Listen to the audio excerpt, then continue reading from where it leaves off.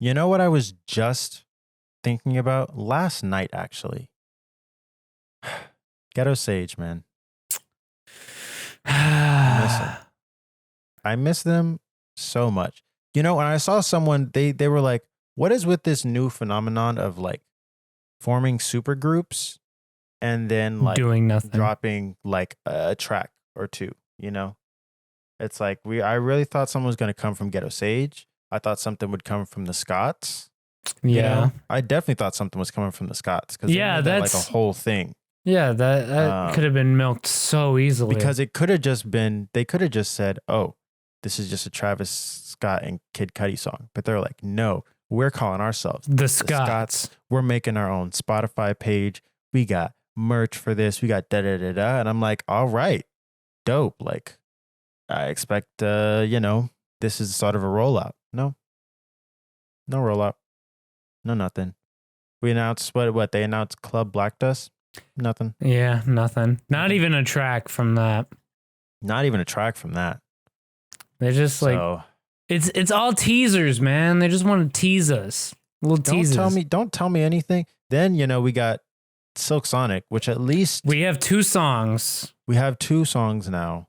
And the promise of an album. They told us there is an album. I don't believe it. I don't think it's this album. You don't think it's real? You don't think the Silk Sonic? No, I think they just recorded Skate a week ago. Wow. You know what? It's possible. It is possible. They just fucking recorded it the day before and then released it. They're like, yeah. See, we got music. Like, we did not expect Leave the Door Open to go this crazy. We're going to need some time to actually make this album out. That's why there was a 5-month wait between this single and the next one. Exactly. It's ridiculous, though. Come on. Let's go. Where's albums, like, please? Y'all, this rollout is going to literally last a whole year. Dude, we're not even going to get it until next year. This is so shit. I'm so mad. I'm so mad. It's not okay. This is definitely not okay.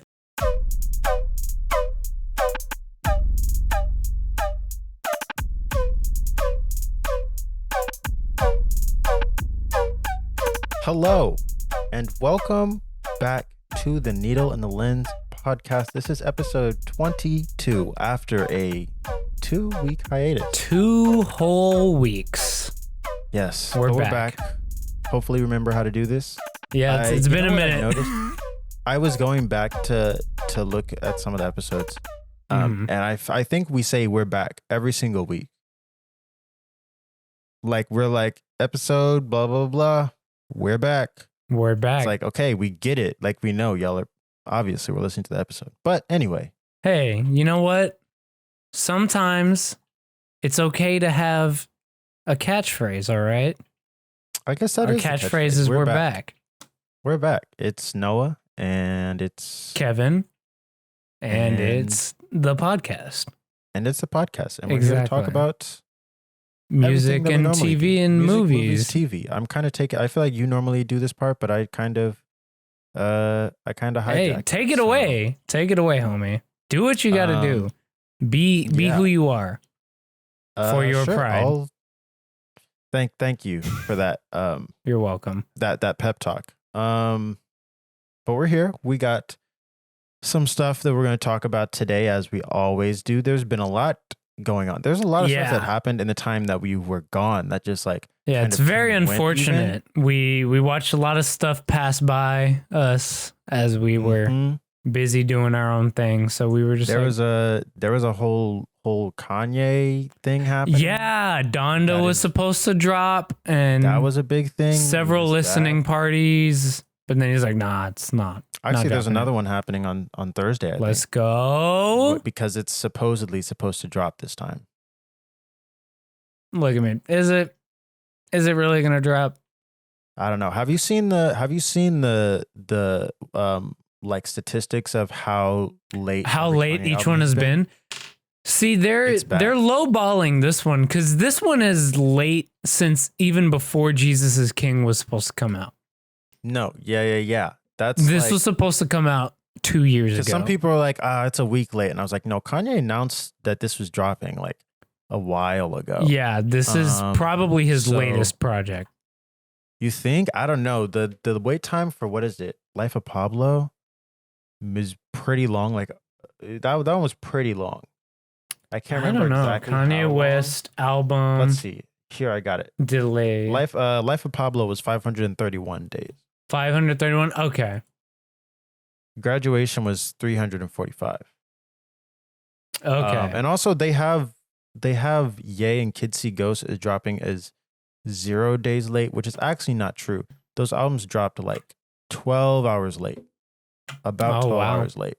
Because get the money or get the exact minutes right. No, because I remember when I went on Spotify to try and listen to both of those. Maybe no, Kids See Ghosts was late too. I remember Ye was definitely late, and so was Kids See Ghosts, because that's just how Kanye does things. Right. But we'll see how that turns out. I guess that was we were like, we didn't get to talk about Kanye, but then I guess we just went ahead and hey, there you go. It worked anyway. But I mean, we'll see. Maybe by the time this episode drops, Donda will be out. And I mean, it should if Kanye should. Donda should be out right now.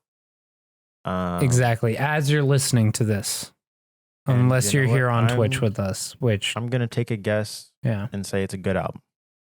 Yeah, I've heard like from the listening parties that I actually stayed away from the snippets. I haven't listened to any of the snippets either, but I'm saying like people are saying it's been a pretty good reception so far from what I've seen. Yeah, I don't know. For some reason I'm just kind of like, I don't know. I kind of want to go in blind. I've heard about like the features and stuff, you know. I heard there's a West Side Gun feature, cool. Right? Oh yeah. Let's go. Yep. So we'll see. I'm excited. Apparently Kanye is still on his Jesus thing, but I mean, hey, if it's under better production, I was gonna say, as long as it's fire. As long as it's fire, man.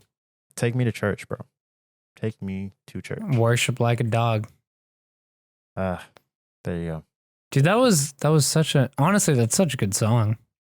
It is a good song, and I just found out like a couple months ago that it wasn't even about church. I didn't know that. You didn't? You found out a couple months ago? I wasn't really. You did not realize that it was about homosexual sex. I wasn't really bumping. I mean, I was bumping that song, but I wasn't really listening to the song. You were bumping that song on the way to church? I probably was. You know, another thing about who even did that song? Hozier. Oh, okay. He's not a one-hit wonder, right? No, he's got other shit. I mean, he's got a career. I don't know if he has any other hits. Actually, he does have a couple other songs that were kind of popular from that album, but no other hits. I would say, not like that one. Right. I guess I don't know. I guess I've been thinking a lot lately about one-hit wonders. Because we see a lot less of them. We definitely are, but like just looking back, like there were a lot, especially from that era. Mm-hmm. There were a ton. Like I would say that kind of when we were in. Well, actually, wait, you were a grade underneath me, right? Yes, 1 year younger. It's not that much of a difference. You can say the same shit. All right. I'm just saying. I get it. Because I was going to say when we were in 8th grade, but we were, when we were right there, like that kind of like, I feel like like middle school to high school, I feel like was really like one-hit wonders. Were yeah, definitely. Really the thing. Like, man. Yeah. But hey, the hits were good. They were good. They were definitely good songs. Like, I think Gautier, wonders, somebody that I used to know. I will say, I am sad that he was a one-hit wonder. I know, but honestly, that song is that song is enough for a whole career. It's a certified bop. Needle in the Lens endorses somebody that I used to know. Yeah. I was so into that song as well as at the time the Pentatonics version as well. Ah, yeah. Was getting a lot of Spotify plays from me. Yeah. Good time. And me and my girlfriend were talking about Tove Lo. I had no idea who she was. But yeah, super hardcore one-hit wonder. How about Tove Lo? He was just working with Charlie XCX recently. Yeah, that was kind of the whole deal with that. Is that like that name was popping up? She was on Pop 2. She was on Charlie's album Pop 2, I want to say. Right, but just I don't remember what song. But I think she's has a makeup collab at Target or something. Oh, really? Yeah, something going on with that. I think if the music thing's not popping off, fuck go it. ahead. I mean, that's how Rihanna didn't make $1 billion off music. She didn't. She didn't. So I mean, hey, she probably could have though. She probably could have. I don't know. Music doesn't sell billions for individual artists. I mean, for being honest, I'm saying like if you build off of that, like obviously not just deals off of music, doing stuff like we can go and do the Super Bowl, like stuff like that. Mm-hmm. Like you could probably beef it up to get there, but yeah, no, you definitely got to have the, if you're like your business ventures, your own and stuff clothing, like that. Or Rock Nation brunch. I feel like the next music billionaire will probably end up being Travis Scott. Oh yeah, most definitely, easily. I mean, if I had to guess, he's got Cacti going on right now. He had those deals with McDonald's and shit like that. Yeah, which also, and Sony. He was doing the. Oh yeah, true. Right? Yeah. He was working on PlayStation. I'm gonna steer back to that McDonald's bit in a second. But yes, I'm gonna stay back to that in a second. But the reason why I was been thinking about one hit wonders is because I was looking. Everyone thought Lil Nas X was gonna be a one hit wonder. Everyone, dude not Noah. Not go on the record. Yeah, okay. You know what? I'll that'll be on the record. Noah never thought that Lil Nas X was gonna be a one hit wonder. He has 50 million monthly listeners. He is the 17th most listened to artist on Spotify right now. Just let that shit sink in. And we almost saw his penis. Almost. Very close. Unfortunately, we did not get to. No, dude, it's just like he just makes bops. Like he really has not missed. At least like necessarily singles wise, he has not missed. Yeah, that motherfucker obviously don't miss. Like the album is yet to. We'll have to judge that when we get it. Exactly. But even if the album isn't great, he could always become, like we've seen from many artists, he could just be a singles artist. Exactly. And I mean, he need to be an albums artist. Drake's a single artist, let's be honest. Yeah, his projects are weak at least sauce. as of recently. Yes, definitely. He's a singles artist. So yeah, there's no need for him to do full length projects. I'm looking forward to it, but we'll see. I'm hoping with this new one that it's we see something different. Yeah, but he hasn't missed. It's so like he doesn't know how. But it's crazy. I mean, I'm proud of him for making it. Mm-hmm. Like it's crazy. The cards were definitely stacked against him. Oh, without a doubt. And I feel like also like he was really he kind of still decided to come out kind of near the peak of his relevancy. I don't think that's the peak though. You don't think? I think that was kind of like if we're looking at hills wise, I think that was on the downturn of the first hill. Okay, so you think there's even more? Yeah, I guess I just think like I don't know if he's. I think recently he's been way more relevant than even during the Old Town Road days. Interesting. Maybe not necessarily as widespread, but he's getting a lot more coverage. He's being talked about a lot more often. Yeah. I think Lil Nas X as a person is definitely more in the conversation.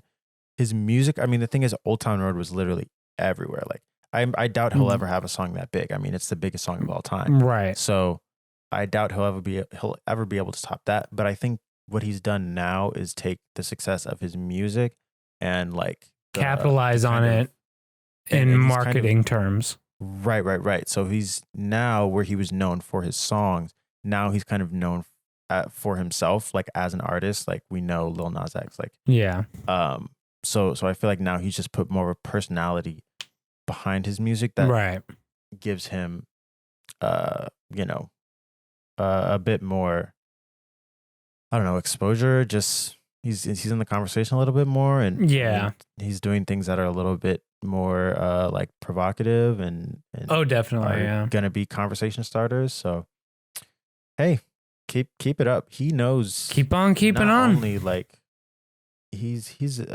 great.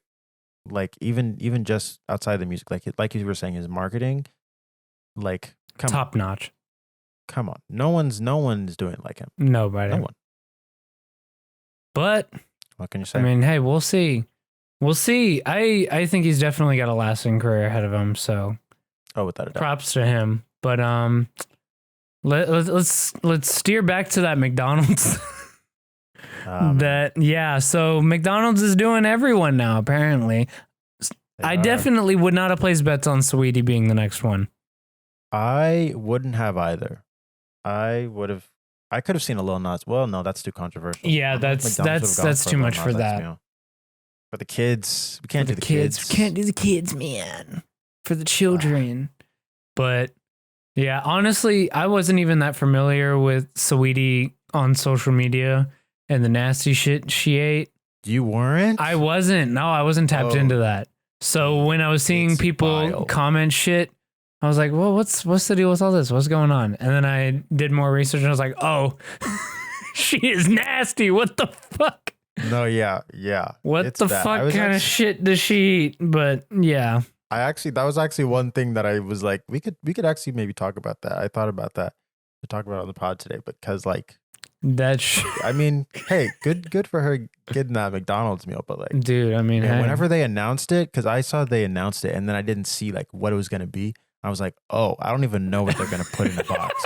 I was terrified. That's so scary. But I mean, it's simple. It's Big Mac. Except the combinations that you can do with it. Yeah, apparently you can make a nugget burger sandwich. But yeah, I'm really gonna go. I'm not about to go up there and be like, hey, can I get the Big Mac with the ketchup on top? The Saweetie meal with the but you got to do it yourself though, because if I was one of those fucking minimum wage McDonald's workers, I'm not doing that. I'm not doing that. That's the thing. I'm not doing all that. That's the thing about these meals is like you really got people coming up going, Cactus Jack sent me. Like, can you get this? Come on. Oh my OMG, Stan BTS, Stan BTS. Yeah, no, of course I did. Oh, you did? Yeah, of course I did. It was like I didn't get it. From what I know, it was by far like the most unique one. Yeah, it definitely was. The one thing that the BTS one had going for it though was the sauce. Those sauces were special. The sweet chili sauce. I did try the sauce. And the sauce was super banging, but the sauce was good. What was the J Balvin one? It was just I think it was just a Big Mac and a McFlurry, right? Or a quarter pound. Oh yeah, there was a McFlurry. I know it did have a McFlurry. That was the only thing. And then I don't even remember what Travis Scott's was. It was a quarter pounder. Yes. It was a quarter pounder with Sprite. Sprite. I think it had to have the Sprite. Like that was like the big deal. And then 4-piece nuggets, I think. I don't remember now. Now I don't remember. But Travis Scott meal. The Travis Scott meal was, like you said, the most unique. Yeah, because like I don't know, there was something about that. It was a bacon quarter pounder. I think. But it had added no, you know what? There wasn't even nuggets with it. It was a bacon quarter pounder and you got barbecue sauce with the fries. Like that was the whole thing. Yeah, that's what it was. Specifically, you got barbecue sauce and then a Sprite, which was dope. I think if McDonald's wants to keep this kind of thing interesting, they need to do very special things. They're kind of wanting to only work with the ingredients they have in there because it's probably cheaper and they don't have to buy extra ingredients. But I think if they started to expand what the specialized meals could be, it would make it a lot more interesting. I just think like you could even work with the ingredients that they have, just adapting them and switch it up into something new. Yeah, for sure. Maybe Saweetie was the right person for this. I don't know. Maybe. Jeez. I don't know, but I mean, who do you think is going to be next? Like, who could possibly conceivably be next? Got to be someone kind of big. I could see. No, that might be too big. See, I feel like they're hitting on kind of different demographics, right? So they are definitely hitting. They got hip hop with all of these. They got reggaeton. They got K-pop. Billie Eilish meal. They could. Billie Eilish could be the next one. Shawn Mendes meal. Is Shawn Mendes popping like that anymore? Oh, is he not? I don't know. I have no idea. I don't assume he is. I don't keep up with those circles. I could see a Normani meal. Normani could do. She could. The SZA meal. That would be wild. A Cardi B meal would be cool. That would be kind of fun too, yeah. That could be interesting. I feel like I think the biggest thing that needs to be, because when I see some of these, I was like, I don't believe this is what, because isn't the whole idea of the meal supposed to be like, oh, this is what this person comes to order every time? Every time, yeah. And it's like, I don't believe some of this shit. I don't believe Saweetie just orders that, okay? I don't believe that shit. I don't know. I don't believe that. I mean, I also don't believe all of BTS shares one 10-piece McNugget. I don't believe that. That's not what's happening. All 20 guys aren't sharing fucking 10 nuggets, bro. That's not. Cut them in half. They're just cutting them up. The Brockhampton meal. Oh my god, that would be something else. But holy, that would be interesting. That would be an interesting thing to do though, is do like a group. Like you get multiple, like if they had done the BTS meal. Yeah, I would have thought you could get. It's like a pack. Yeah. Like you get. Or even just like each of the members has like a specific different meal. That would be interesting too. Yeah. That would be pretty interesting. I'll get the, I'm really blanking on the names. I think one of them Jimin, right? I'll get the Jimin meal. Yes. Yeah. That's the only one I know. I was about to say that's the only one I know. There's a couple others, but yeah. So I mean, all right, we did the lens meal. I was just about to say. All right, what's your meal? Let's do it. It has to be something that's already there.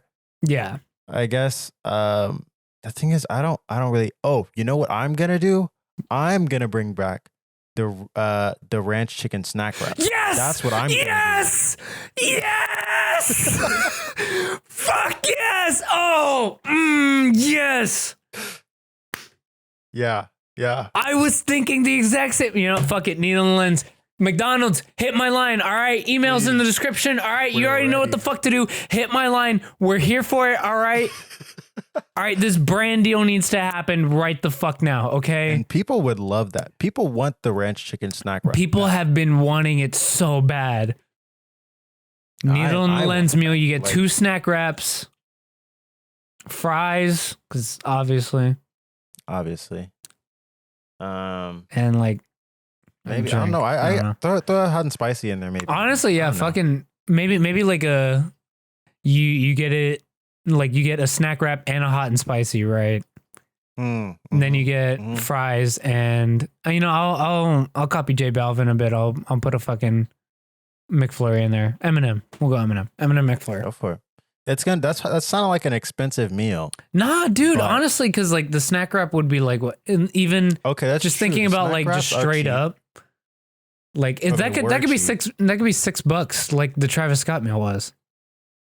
You think 6? Well, yeah. I get. Well, if you add the McFlurry, it's probably going to be a little more expensive. Yeah, maybe 7. But I mean, even the snack wrap. Let's say the snack wrap's like $3. The McFlurry is like $2. I feel like I remember them being cheaper. I don't know. I'm saying like I'm giving a high estimate, right? Snack wrap's like $3. All right, so that's $3. McChicken's $1. Fries are like $1-ish, $1.50, and then McFlurry, let's say what, $2. We'll make it a mini. Yeah, okay. Make it a mini. $2. That's like $7, and then since it's a meal, you sell it for cheaper for $6. Boom. All right. Needle and lens for the people, $6 meal. All right. Go. Come on. You know what? I'm gonna hit them up. After this, spam McDonald's. Right after we're done recording this episode, I'm calling Mr. McDonald. All right, we're gonna. Calling Ronald. I'm calling Ronald. I was gonna say I'm calling old McDonald. Old. Oh Jesus Christ! But all I'm saying is pull up in the drive-thru, ask for the needle and lens meal. That's all you got to do. All right, they'll know what's up. Yeah. I'm hitting up Ronald right now. Say, but Say you pull up. You say Kevin and Noah sent me. Exactly. All right. Let's go. Wow. Oh shit! I didn't even think about this. You know what? McChicken. All right. Listen to the show. What's going McChicken. down? Okay. Lens. Snack wrap. Needle. Boom. The needle. It's perfect. Wow. It's so perfect. wow. It's so perfect. We're so good at this. I know, man. I know. Honestly, unstoppable duo. Let's fucking go. All right, all the way to the bank. McDonald's running me my check. Let's go. Come on. All right, come on. But none of that was what we planned to talk about today. By the way, none of that was. But we're here, Nope. and let's segue into the first topic that I want to touch on because the original guy who got the McDonald's meal, he's out here doing more brand deals, right? He is. Let's talk about his upcoming work with the film studio A24.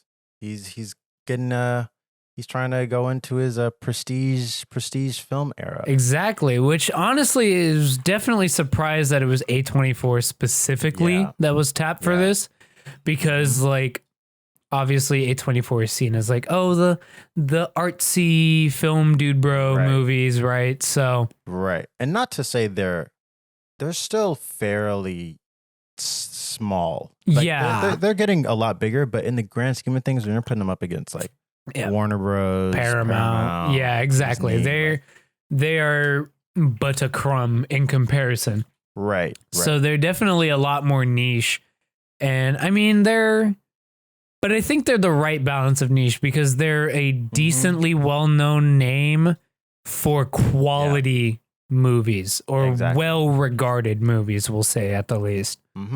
Because obviously that's subjective, what you 100%. Think is good or not. But I mean, I guess I would have thought they would have tapped like Netflix or something for this, like a streaming service. He's got a relationship with Netflix because they did his they did the Astroworld doc, right?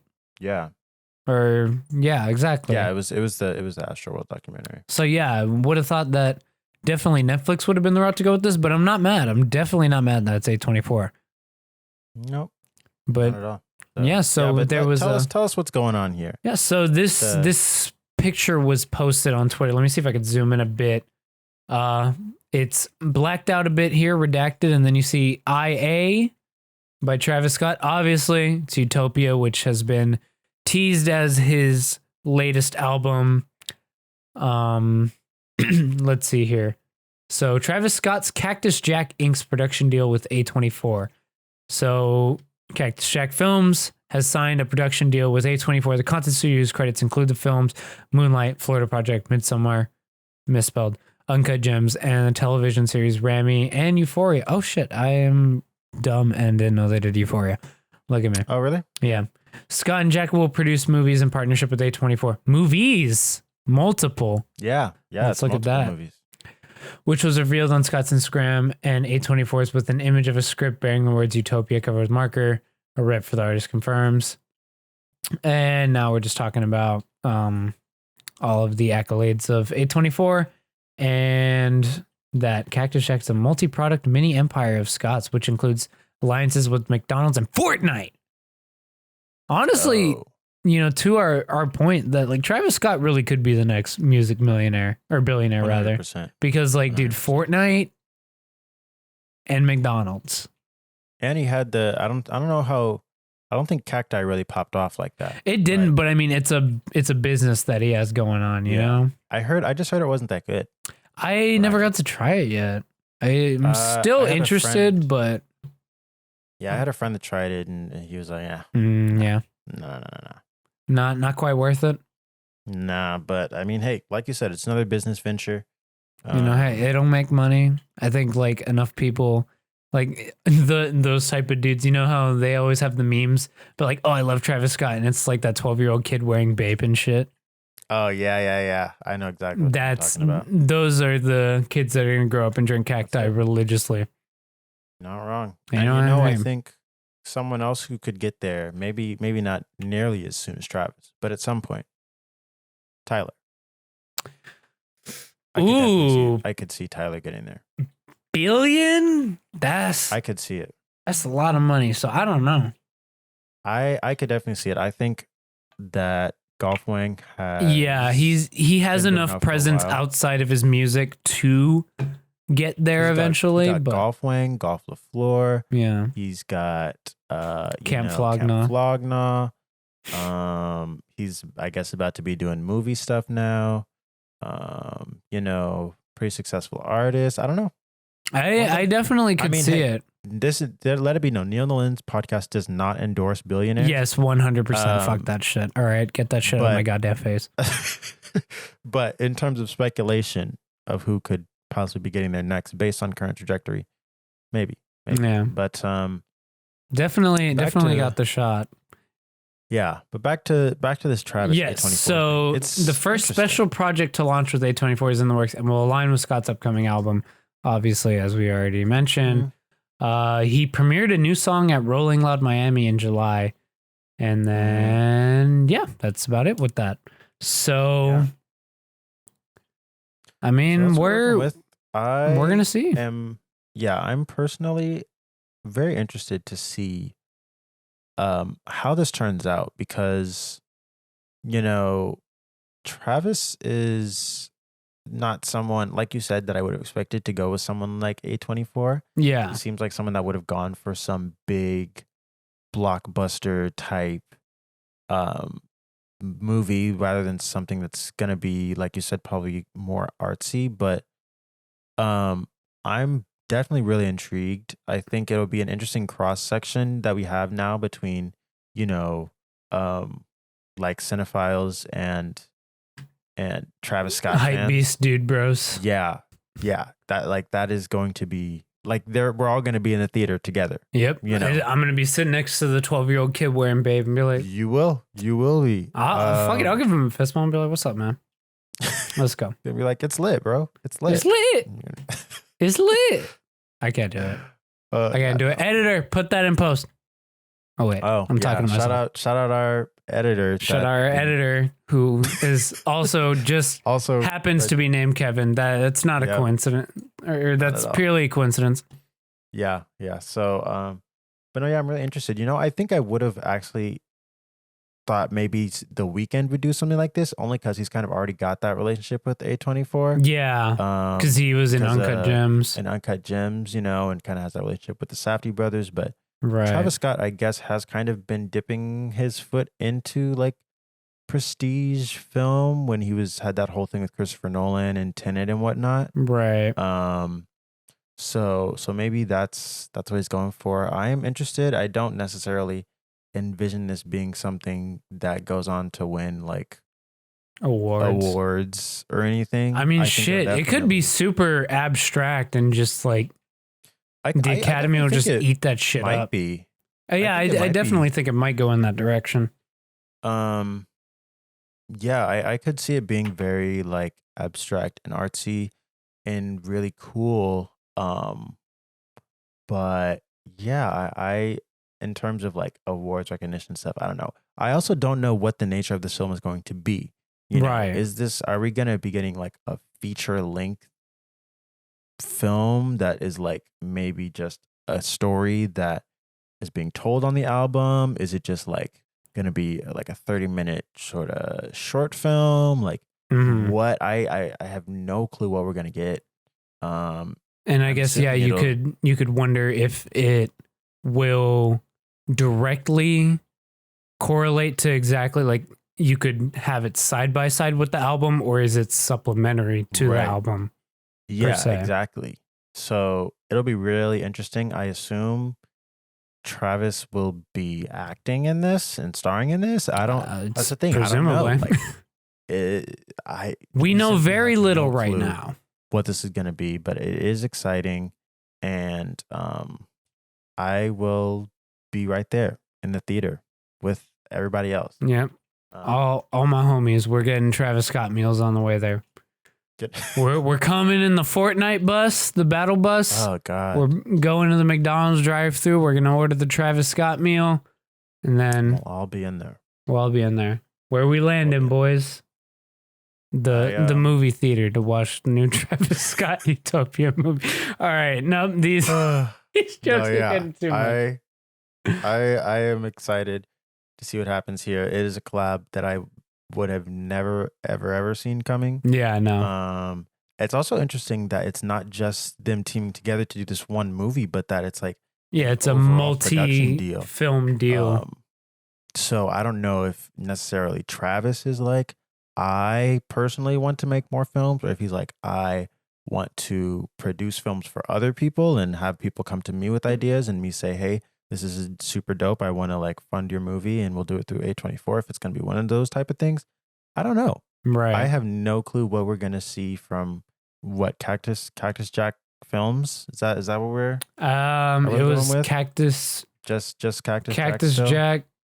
Yeah, that's all it says. Cactus Jack Films. Okay, yeah. Yeah. That. But it's like a subsidiary of the Cactus Jack brand. So it's right. Still technically just Cactus Jack. I'm interested to see how this goes. This is, like we said, once again, Travis venturing into other business endeavors, which is cool. I would honestly, I really find it interesting when artists do this kind of stuff and do stuff that kind of keeps you really interested and intrigued in their artistry and make their album cycles interesting, because it's one of those things, especially with Travis, even going forward into this new album cycle, I'm like, what are you going to do that is going to make this more interesting than your last experience? I think like Travis and Tyler are two people that like whenever they release albums, they kind of have almost like these worlds that they create around the album and kind of make them really interesting and invest you in those. So I'm like, all right, what is going to be so different about this go round with Utopia that sets it apart from Astroworld, makes it more interesting than Astroworld? And I think this is it, you know. We're getting movies. We make a movie, so it definitely makes me more excited to hear the album and to see this movie, because personally there was a snippet that Travis dropped recently and I was not feeling it. Damn. Was it the same as the Rolling Loud one or no? Yeah, it was the same as the Rolling Loud one. Oh, I didn't hear that one yet. I've been super out of it. It was kind of mid. Mid. I'm assuming what's that? What was the one he did for Kylie Jenner's makeup ad? Highest in the Room. I'm assuming that's gonna be on there. Oh, you think? I think so, dude. That was on the Jack Boys. That was on the Jack Boys. Was it on the Jack Boys EP that they did?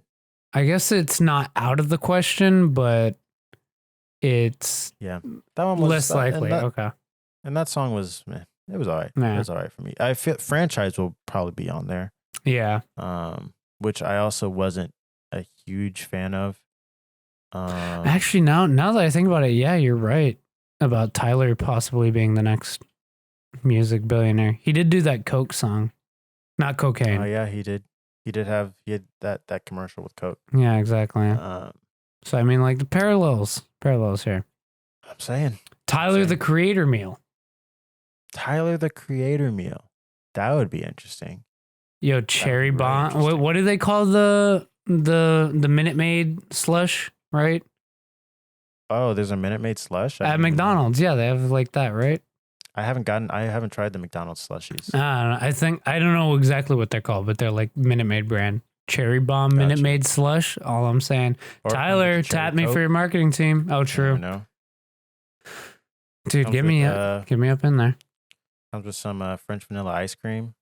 That too. Come on. Hey, connect that how you will. That's all we'll say, right? Make those connections how you will. But yeah, Travis Scott, we're excited to see what happens next. But let's stay in the subject of movies. Let's talk about what's been happening with Black Widow, right? Alrighty. All right, so let's get into it. If you haven't known already, this happened actually. Oh, this was updated. Sorry, this article. I was like, that didn't happen on the 30th. Scarlett Johansson is suing Disney for what happened with Black Widow. So let's go ahead and talk about this right here.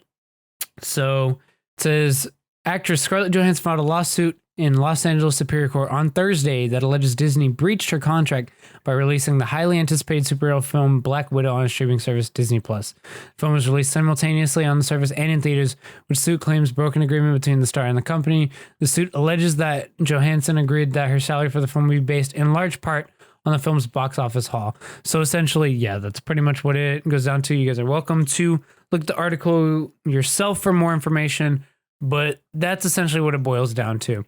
Obviously, she knew it was coming to Disney Plus, right?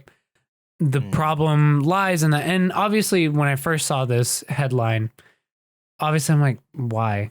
Like, it is like, no, there's no point. Like, why'd you do that? Right.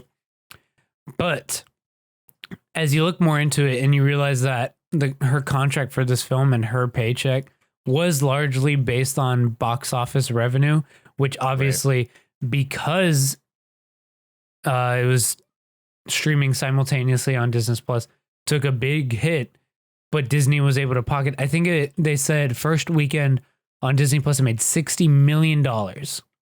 They were able to pocket that, and she didn't get any percentage of that because it wasn't technically box office, right? So, yeah, when you look at it that way, I mean, give ScarJo her money, bro. Yeah, I know.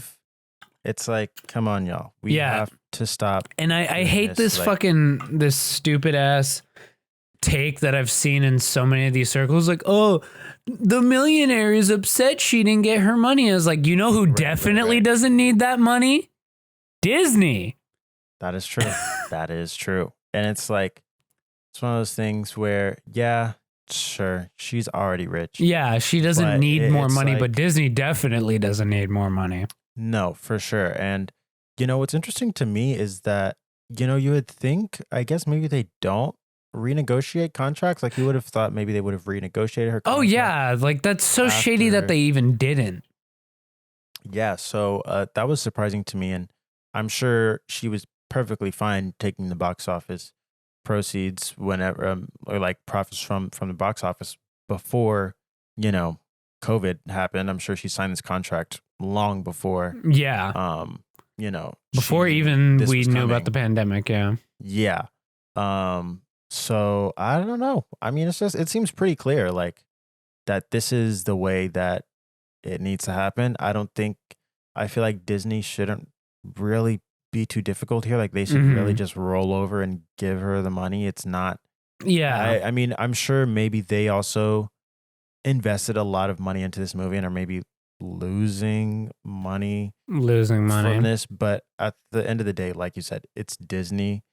They've got money to lose. Exactly. And like, it's still like, I'm pretty sure they made more than their budget. I don't remember the actual numbers, but I'm pretty sure they did.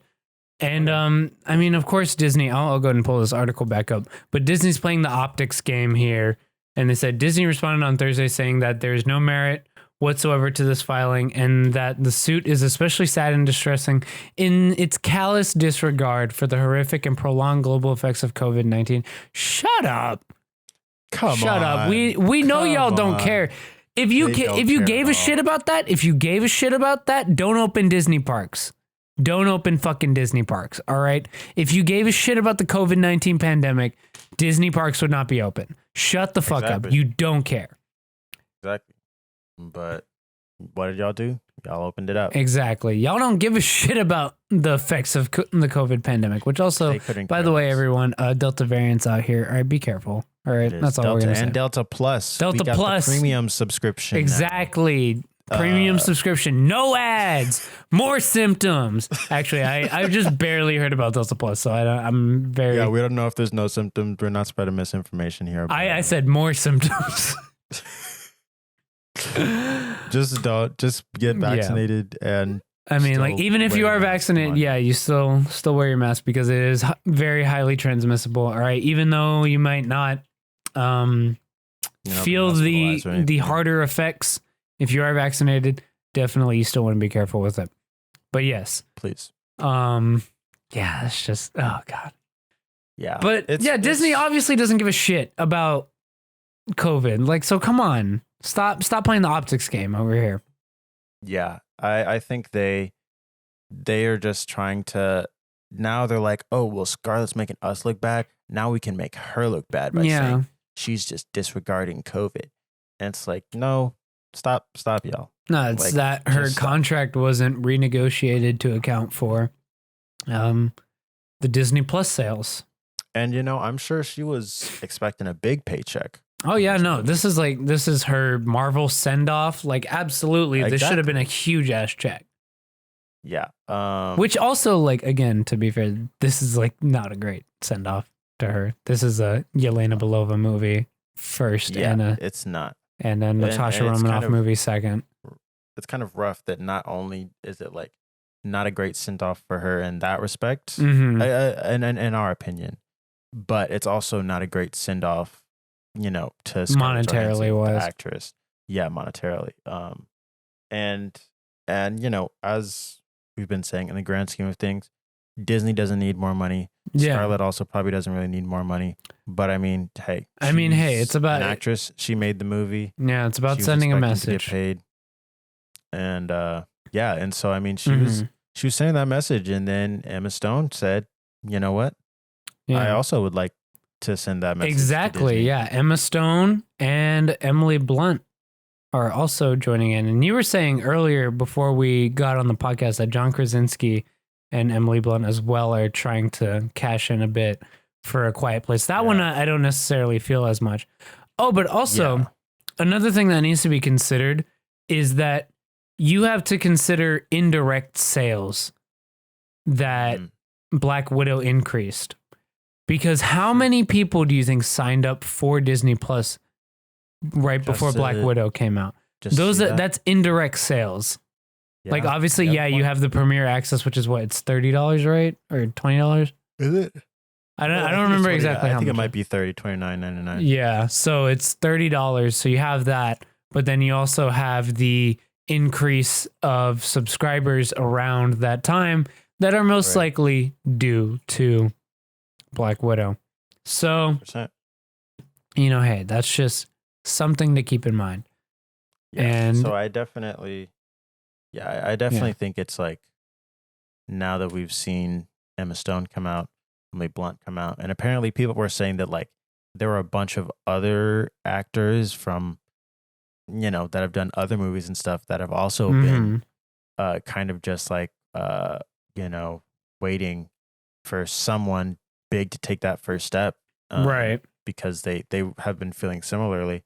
So I think it now we could start seeing this happening a lot more. I think we're only going to start seeing more actors come out now about this, and I don't know. I mean, hey, they gotta get they're gonna get their money. Some way. No, definitely. So some way, somehow they will. We'll see if the mouse wins this one. We'll see. I don't know. But yeah, they also mention on here that other studios have had problems with this too. Obviously, HBO Max. There's a very drastic difference with that because those films on HBO Max were just coming straight to VOD along with theaters. So they were saying Warner Bros. Reportedly paid star Gal Gadot and director Patty Jenkins each more than $10 million as the studio released Wonder Woman 1984 on the streaming service, as well as in theaters. So, I mean, hey, those big movies are important. I didn't even actually know that thing about it. I didn't even watch Wonder Woman 1984. Oh, really? I didn't. As much. You really didn't. Well, there you go. 1984, George Orwell. It was George Orwell. Yeah, that's the joke. That's the joke. That's the joke. Okay. But yes. Anyway. But yes. So, I mean, I think that obviously with a lot of actors' contracts that are heavily reliant on box office sales, that these sorts of supplemental compensations are necessary. Or, I mean, just, hey, why don't you just give them a cut of the Disney Plus sales? Those are actually often, I would say, probably still more than... Yeah, possibly. Than ticket sales directly. Because, I mean, hey, at the end of the day, like, the only time where, because I didn't even realize it was $30.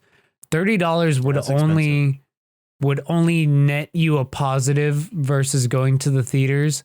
I mean, one, obviously, if you don't consider like concessions and shit like that, it would only net you a positive if like, I'm going to go based on like Texas prices here. And like, you can get tickets for like as low as $8, right? So $8, 8, 6, 24. I gotta do math. I'm out of it. So like 4 tickets. Basically, if you're watching with more than 4 people at home, you're netting positive because you're paying less. Or I mean, there are probably some people that are just buying that for them. Yeah, even just like I don't want to go out. Boom. Yeah. Even just 2 people. So they're still making more money than they would have. But yeah. It's we'll have to see what happens, what comes out of these lawsuits, but we'll definitely keep our eyes peeled. Yeah, it'll definitely be interesting to see how this all plays out. I'm not sure, and I think the HBO Max thing is like you're saying that one's even more kind of. I'm surprised those actors aren't even more upset. I mean, weren't they making so much noise about it? Like when it was first starting, Dune, there was like they're kind of upset. Some people involved with that movie are pretty upset with that. That going on HBO Max, but I mean, because that's not even behind an extra paywall, you know. Yeah, it's just like, you know, you have HBO Max, you have the movie. So no, I remember when HBO Max first announced that they were going to do that. There was outrage. There was outrage, a bunch, which now honestly completely justified, but also. I mean, hey, the free movies are pretty pro-consumer. They are. And I mean, it's like, you know, we are, the thing is, I don't think there's anything wrong with these movies being made available on streaming services. The problem is these people's contracts just aren't being negotiated. Oh, yeah, exactly. Because we live, obviously, in a pandemic. So, and I still think people that don't feel like they want to go to the movies or you know don't want to have to do that should still be able to watch that movie from home however they choose, and so I think that's a great option for those people. It's just the actors need to be getting paid as well, because exactly, I mean, I'm sure there's movies, like not every movie coming out on these streaming services is with Scarlett Johansson, you know. There are actors that are just trying to still, you know, just trying to get by. I feel like those ones, though, usually aren't negotiated the same in regards to box office sales that they make. Yeah, because I doubt that. Mostly because I think that the reason why actors and actresses like Scarlett Johansson is because they're names that bring people in. So it's like, hey, that is true. You wouldn't have this movie without my name. Give me money. That is true. Me money now. But we'll definitely. I didn't know Dune was going to be on HBO Max. That's crazy. It is, and I will not be watching it there. Yeah, no. You've already seen it though. I haven't seen it. Oh wait, no, you didn't. Wait, what was the screening? It was just a preview screening. So it was like an exclusive preview. We saw the first.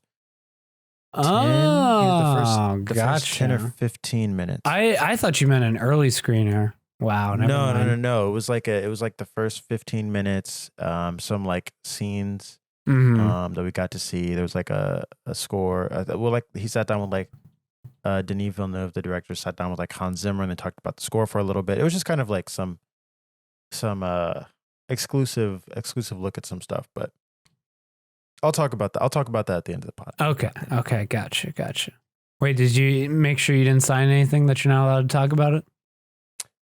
I didn't sign anything. They took my phone away, but I can. I mean, they didn't take it away forever. I have my phone now. Yeah, they just took your phone. They said, "Fuck you, Noah. No phone. You want to watch this? You don't. We're done. You're done with your phone. No, give me your phone," and then they just smash it on the table. Fuck you. They were quite serious. Honestly, that would not surprise me if that happened. I'd be like, okay, can I have a new phone now? Yeah, that's all I would say. I'd be like, you're like, how do I get home? I called an Uber. I got HBO Max money. Run me my new phone. True. And upgrade me while you're at it. Oh yeah, true. You need to. I need to. I mean, no, I don't. I know. You're doing it's doing you fine, but like it's. I have friends that still have home buttons. Yeah, I know. So that's the real ones out there. But no, I mean like the kind of typical upgrade cycle is every 2 years because that's usually when phone contracts end. So people usually just upgrade their phones. I'm approaching that. It was funny because we actually, and this is just complete aside, you can literally skip ahead of this, guys. But so T-Mobile bought Sprint, or they merged or whatever, and it's now T-Mobile. Right. So apparently we had to end our contract with Sprint. Like completely. Oh, so we had to Sprint. I didn't know that. Yeah. So we had to pay off the phone and pay out the contract. And then now we're entirely T-Mobile. So there you go. Those T-Mobile Tuesdays? Yup. I've been getting it, bro. Save 10. I have AT&T. So 10 cents per gallon on gas every week. What? Yep. Well, saved, not 10 cents total. No, yeah. Okay, I'm just making sure that was clear. I was like, that would be sick. Wait. You're saying, you only save 10 cents total? Like per gallon. Per gallon. Okay, so if gas is like $2.56, you're paying $2.46. Yes.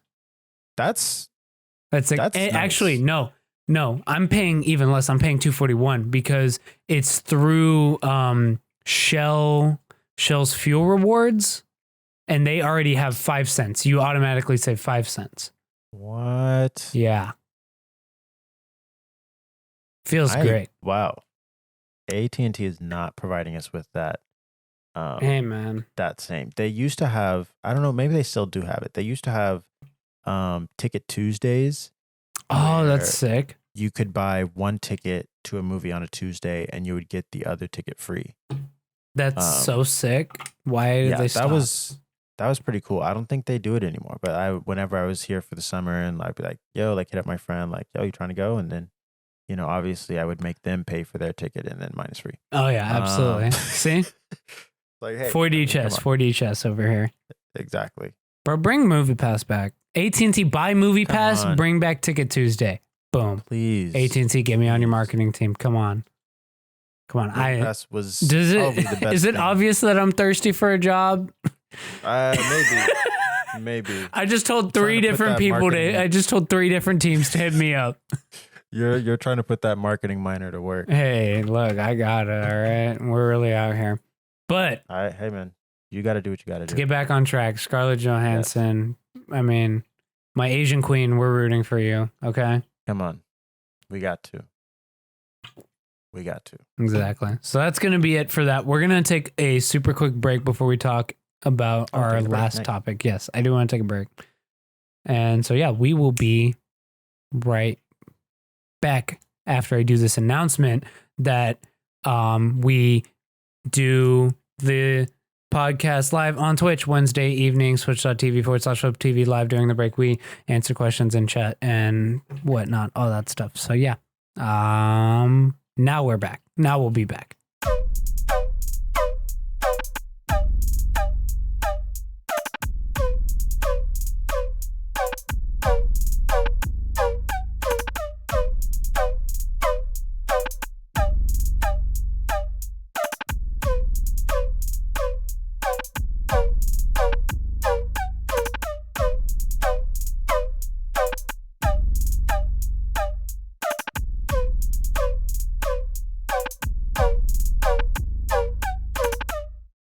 Welcome back. We're back from the break.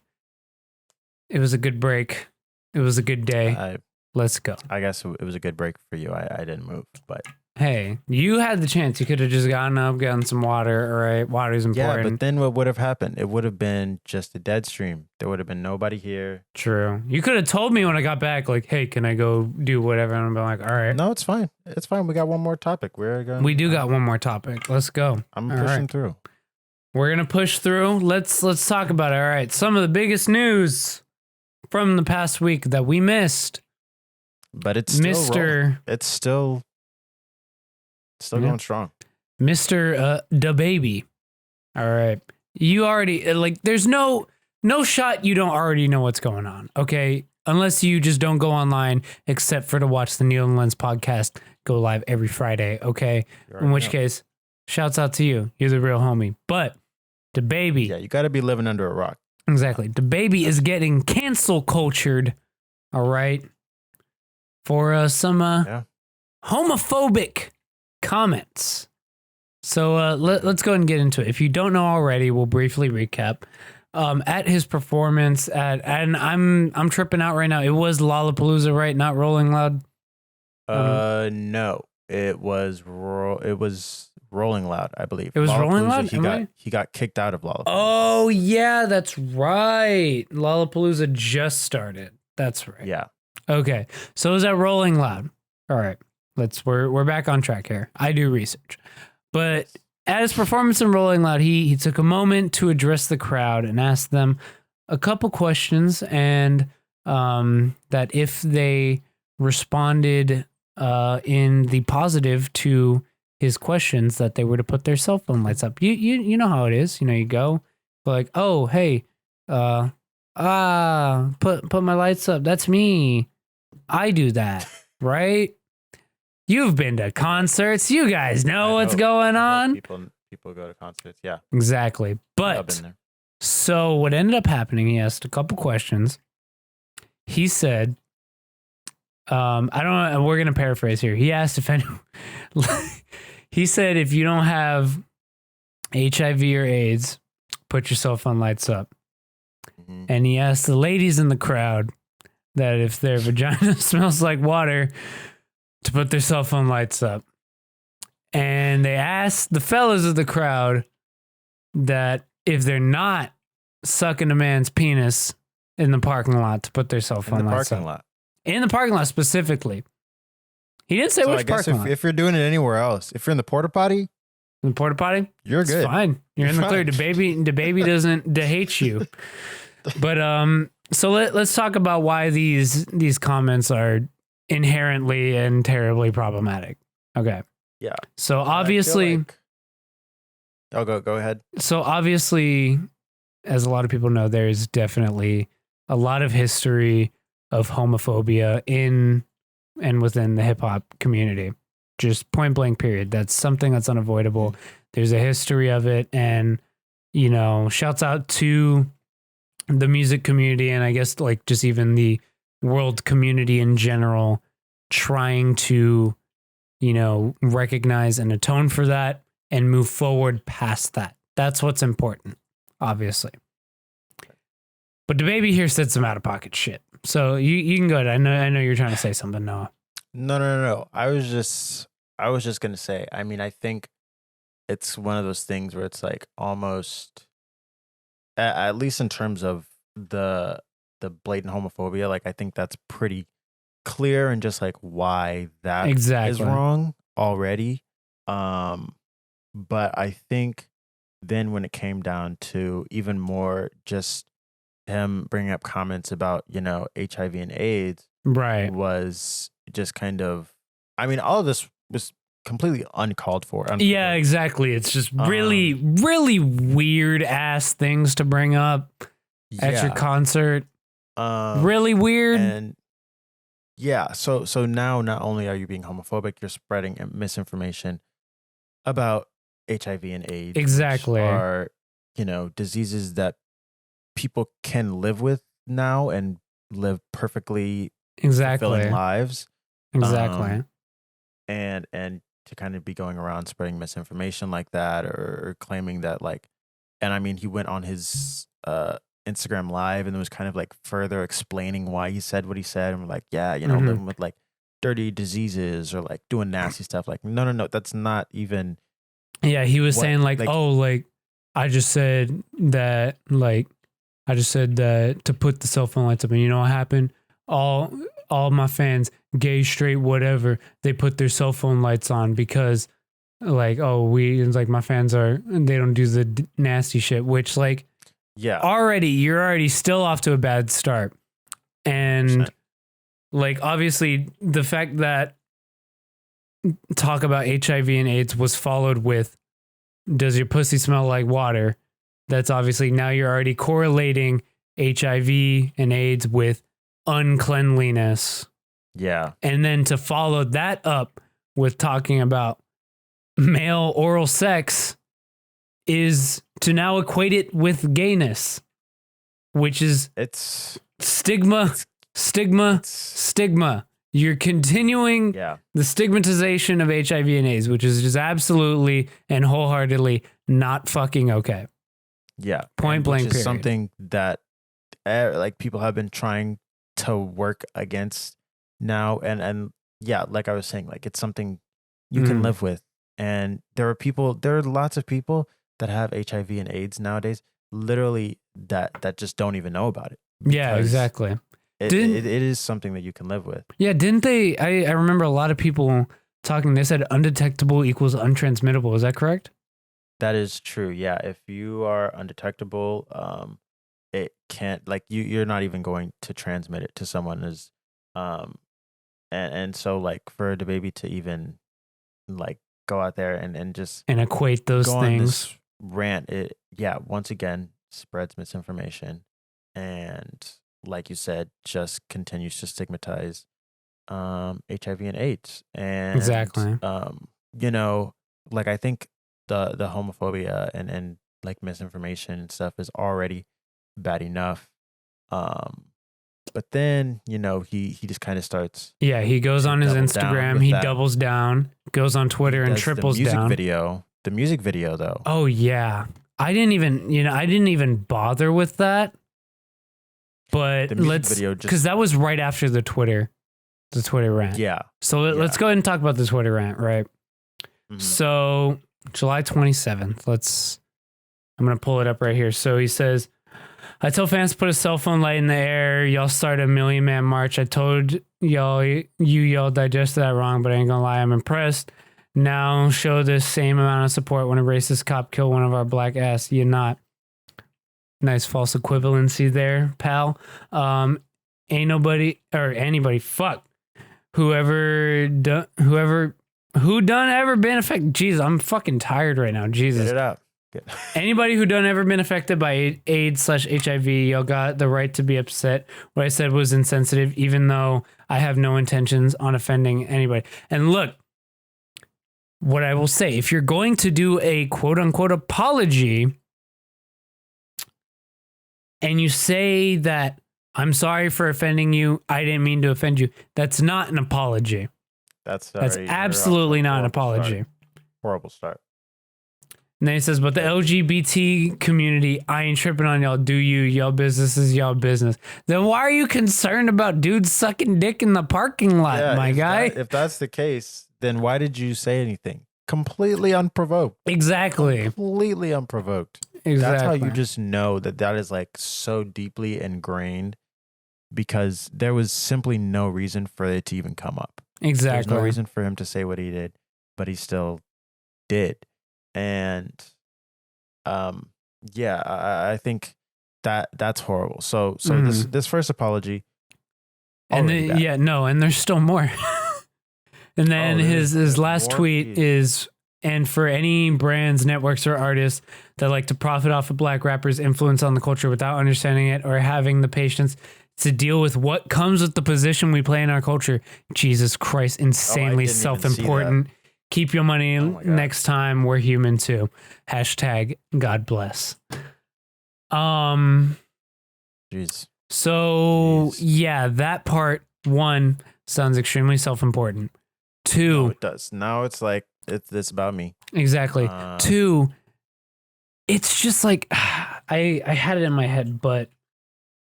it seems like he's really trying to misdirect attention away 100%. From the issue. And it's something that a lot of people do when they're getting like heat for shit. And it's to misdirect and be like, oh, well, such and such and such and such is happening. That's like what he said when he said show the same amount of support when a racist cop killed, which like obviously, yes, very, very important issues, especially in American society. But right. But now you're deflecting. Yeah, you're deflecting. Exactly. Talking about bringing in stuff that you don't even need to bring in. Exactly. That has nothing to do with what's at hand here. Yeah. and it's you're deflecting. Oh, and also last thing is, other than that, y'all cheer the fuck up and be proud of who you are, because you can't make me feel less of myself. Aside from that, Hidalgo, Texas and Corpus Christi, Texas, get them tickets for Friday and Saturday. Bro, fuck you. Fuck you. Audacity at the end of this whole apology. You're just like, you got to still promote your concerts. Hey, like, fuck it. Fuck it, I guess. Like, I'm sorry, y'all, but make sure you catch me. I got a show tomorrow night. Yeah. It's like, wow. Right. That is so something. So tell me, what's the deal with the music video? So the music video, right? So the music video comes out. Yeah, a couple days later, he drops the "Giving What It's Supposed to Give" music video. Yes. So in this video, he's like holding up this sign that says AIDS on it. Which I'm not really sure what that was supposed to do. But then also at the end of the video, he let me see if I can pull up the exact timestamp. Yeah, I'll see if I can pull it up. Oh, I was just gonna pull up the comments, but even okay. that. No, but I'm saying like, yeah. Well, at least at the end of the video, I know. Specifically, let me see. You can go to, like the very end. What's this? 444, 445, like around there. Mm-hmm. He's got. Oh yeah, I did see this shit. Yeah. Don't fight hate with hate. Rainbow, by the way. Nice. Yeah, and my apologies for being me the same way you want the freedom to be you. And it's like, these fucking fake ass apologies are so fucking. And it's so bad that he's like, give me the freedom to be homophobic. The same way you want the freedom to be gay, you know? Like, there's a scene in the video where this girl is giving him head and has a fucking sign that covers it. I'm not showing it because Twitch, obviously, but. Oh, I think I know which one you're talking about. Yeah, and it's like, okay, put your cell phone lights up if you're not getting your dick sucked in the middle of what looks like a shitty apartment. And you know what is even like, I don't know. I think it's just that he tried to. That statement specifically at the end of that video just really didn't sit well with me. Oh yeah, I was just like, this one is just like, it's really, not. Yeah, it's not really an apology. Good. It's like, oh well, y'all are hating on me, but I'm doing me. It just like y'all are doing you, and it's like, no, you're a bigot. Yeah, these people are just trying to live their lives, you know, and it's like, and not to like equate like sexuality to like race, but it's really almost someone being like, I mean, I want the freedom to be racist the same way that you want to be black, this is literally right-wing reactionary rhetoric. No, it literally is. So it's just it's really, really bad. It is. So that was already bad enough, and then obviously we had the second apology that came. There was more before this. We're gonna get to the second apology in a bit, right? But so obviously we had a lot of hate coming from all sides towards DaBaby. But let's go ahead. Let's give him a fighting chance. Who is defending him? All right. Who is on Team DaBaby? And who is boxing the whole world, I guess, in this fight? We got T.I. All right. T.I. and I don't even feel like giving this man the time of day. So I'm just going to go off the cuff on what he said, what I remember. He was saying some shit about like, oh, he's living his truth. Just like Lil Nas X is living his truth. DaBaby should get to live his truth. And it's like, homie, what? What did you say? You just compared it to Lil Nas X? And then Lil Boozy, I don't even know what he said, but obviously he said a ton of homophobic shit in the past. So it's probably along those lines. Transphobic in the past, and has like said that he like got grown women to like. Oh yeah, he got grown women to fucking essay his son and shit. Yeah. Yeah.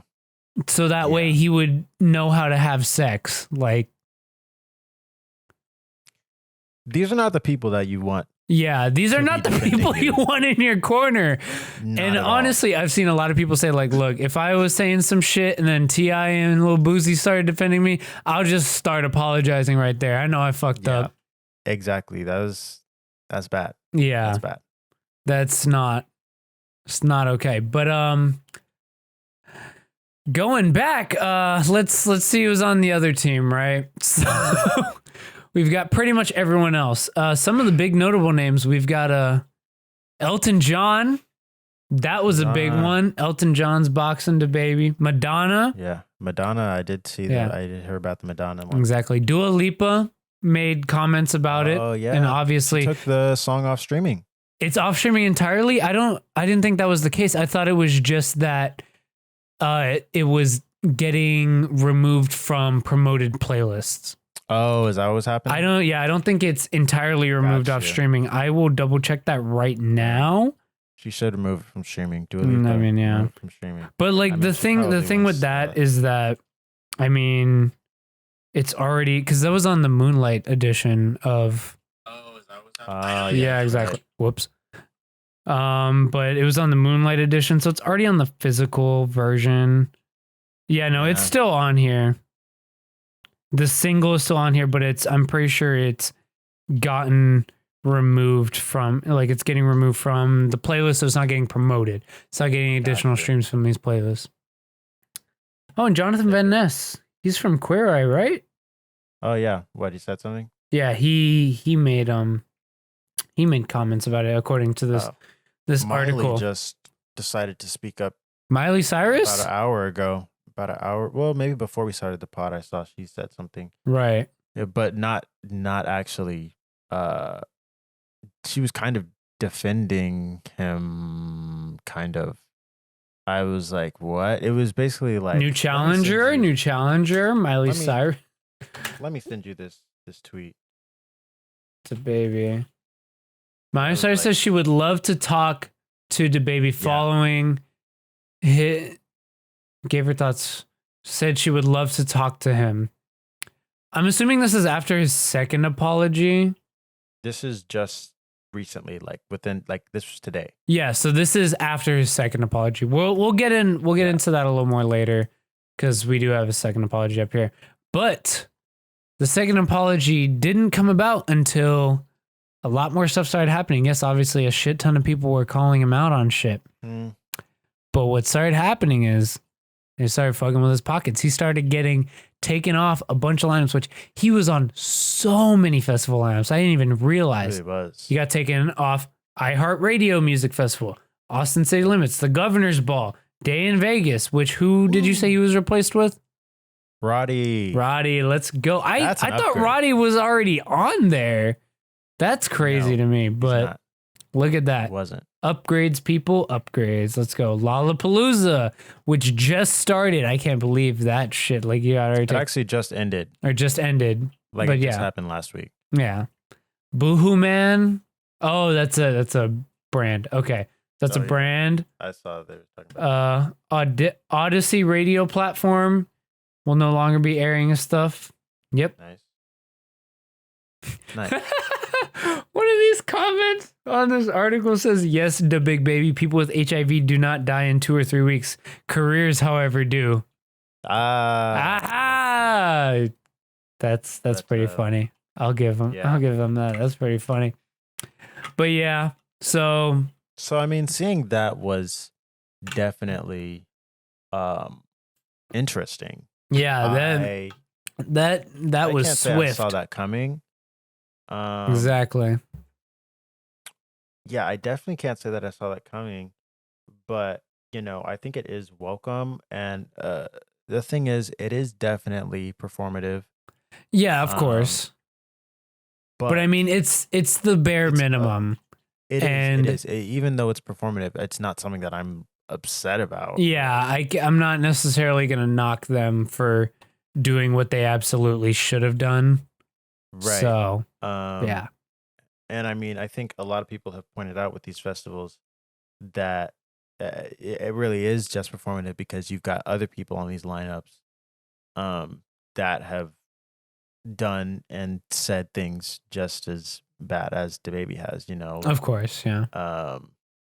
And I think that's kind of just, unfortunately, the industry that we're in. I mean, like you were saying, that's the rap industry.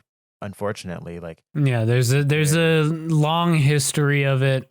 I mean, everyone knows long it. history, But and I saw someone tweeting the other day, and they were like, you know, if there really was just like, we just had like a mass exodus of like everyone that's like really that probably should not have a platform. Yeah. The genre would be Dead. It would be quite sparse. I do think like I wanna be a positive person and believe that like a lot of people who, especially like more so in the past, have had a change of heart, and that it had to do with not material conditions, but I guess like cultural conditions, you know, their background and stuff like that at the time. Obviously, we can't discount that entirely, but I mean, DaBaby saying that in 2021 is much different than DMX saying it in like the 90s and early 2000s. So, you know, hey, and I mean, I don't want to talk about DMX like that while he's gone, but I mean, I would hope he would have a change of heart since then. Right. 100%. So yeah. But I mean, I do know that was something that a lot of people were talking about specifically with. Yeah, exactly. And I mean, it's just kind of like, I think, especially with older rappers, you will and probably can go back in their discographies and find lyrics that, that are homophobic or just things. It wouldn't even be right to say that they didn't age well. They're just terrible. Like they were still terrible back then. They were terrible back then. We would just, as a culture, were more accepting of those sorts of ways of thinking, I guess. Right. And you just have to kind of hope that these people have had a change of heart. They recognize what was wrong. Right. And I mean, I think there have been people even now that go back and change lyrics in their songs. Yeah. Or at least change them when they perform them live, and stuff like that, because they're aware of what happened. And it actually most recently happened with Baby Keem, on one of his songs. He actually changed the lyrics on Spotify. I noticed this recently. Oh wow! Because he had the song is called Baby Keem, and there's a line in there that always kind of really bothered me. And it's basically just like this colorist line about how he's got a light skinned girl that like makes his dark skinned girl jealous. And that line always really, really, really bothered me. And then, I saw one day somebody was talking about it online, and they're like, "Yo, why did this lyric change? Like it's different on Spotify now." And I was like, "Oh, what did he change it to?" I think he changed it to it has like a completely different meaning now. It's not even, I don't even think it has it. I can't remember exactly what it is, but I think he changed it to something about like cheekbones or something like that. Like because it used to be red bone, so now he changed it to cheekbone. Okay. And yeah. All right, yeah. I mean, hey, good on him for recognizing that, at least. I was like, I mean, hey, that was I've never seen that happen before. Yeah, I mean, hey, that's good. We're moving in the right direction. I mean, with streaming, that's now a possibility. The only thing I guess is just like when it comes to physical media, you can't necessarily do that unless you go like, hey, we need a recall on all these products. Everybody's door. Give me my CD back. They can be like, hey, honestly, if you really wanted to that bad, like the company could be like, hey, all purchasers of this, send it back. We'll give you $30 and the new one. Hey, that's incentive to me. Yeah, I was just like, fuck it, I'll take it. But then also people might be like, but now this is a limited rare, edition. a limited edition version of the Baby Keem album that has the Yeah. colorist lyric on it still, if you want to hear that. If you want to hear that, it's so bad apparently. Yeah. Dude, no, they're fucking. I'm trying to think because like, I don't even know what the laws would be behind that. Like, could they, if you then sell it, because it'd be like, oh, hey, they have a recalled product. Could they then just like cease and desist that? I guess technically not, because like once at the point of purchase, you are now the owner of the product. I don't know. I'm not the laws guy. We need a lawyer at Needle and Lens Studio. All right. Lawyers that'll work for lawyers that'll work for Hot Cheetos. Hit us down below. But yeah, family size bag. Family size bag. We're nice. We'll get you right. We got you right. But anyway, oh, and also Questlove came after DaBaby. That was another one. And then his response was, I don't know who he is, even though there's screenshots circulating around of Questlove literally behind DaBaby. Behind DaBaby, yeah. And it's just, it's one of those things where it's like, it will never be cool. And I don't know why rappers think this, but it will never be cool to act like you don't know the people that paved the way. Yeah, in that's the not genre that you are in right now. That's not a flex. Young Thug saying he doesn't know who Andre 3000 is. That is not a flex. That's exactly. Not at all. Like, it's just like, how are you a rapper and you don't know who Questlove is? How are you a rapper? You don't know who Andre 3000 is. Like, exactly. And like, while I understand, like, yeah, you don't have to know these people in order to create music, but like to at least have, like, to recognize them, to have studied at least in the slightest bit. Yeah. And that's important. You don't even need to be a fan of them or their music, but exactly. to at least know who they are or know who the roots are. Like, yeah. Come on. Like, how? And it really does go to show that. Because, I mean, obviously, in the future, I doubt 20 years from now, the artists coming out are going to know who the roots are. I doubt. Yeah. But, I mean, that's not, like, someone DaBaby's age should. Right. That's not. Can't be that much older than us. Exactly. That's not out of the question. Right. But, yeah. Anyway. Let's get on to this man. Second apology. Apology number 2, Electric Boogaloo. All right. He drops this black square type beat on Instagram. All right. Let's see it. So I'm going to go ahead and read. Social media moves so fast that people want to demolish you before you even have the opportunity to grow, educate, and learn from your mistakes. As a man who has had to make his own way from very difficult circumstances, having people know I know publicly working against me, knowing that what I needed was education on these topics and guidance has been challenging. I appreciate the many people who came to me with kindness, who reached out to me privately to offer wisdom, education, and resources. That's what I needed, and it was received. I want to apologize to the LGBTQ plus community for the hurtful and triggering comments I made. Again, I apologize for my misinformed comments about HIV and AIDS, and I know education is important. Love to all. God bless. DaBaby.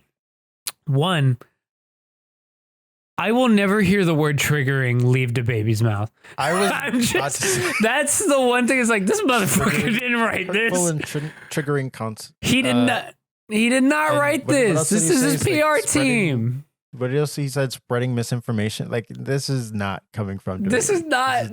These words did not leave his mouth. Okay, you can read his apology tweets, and you can read this. And that sounds like DaBaby. Those tweets, sounds like DaBaby. Those are the words straight from his mouth. This is not. This is obviously his PR team. Hidalgo, Texas. Run it up. Dude, do you think those venues canceled his events? I don't even know. Corpus Christi could have. I feel like Hidalgo wouldn't. Yeah, no, I don't. Because I feel like Corpus, I'm pretty sure it would be House of Blues and Corpus Christi. They make enough money. Yeah.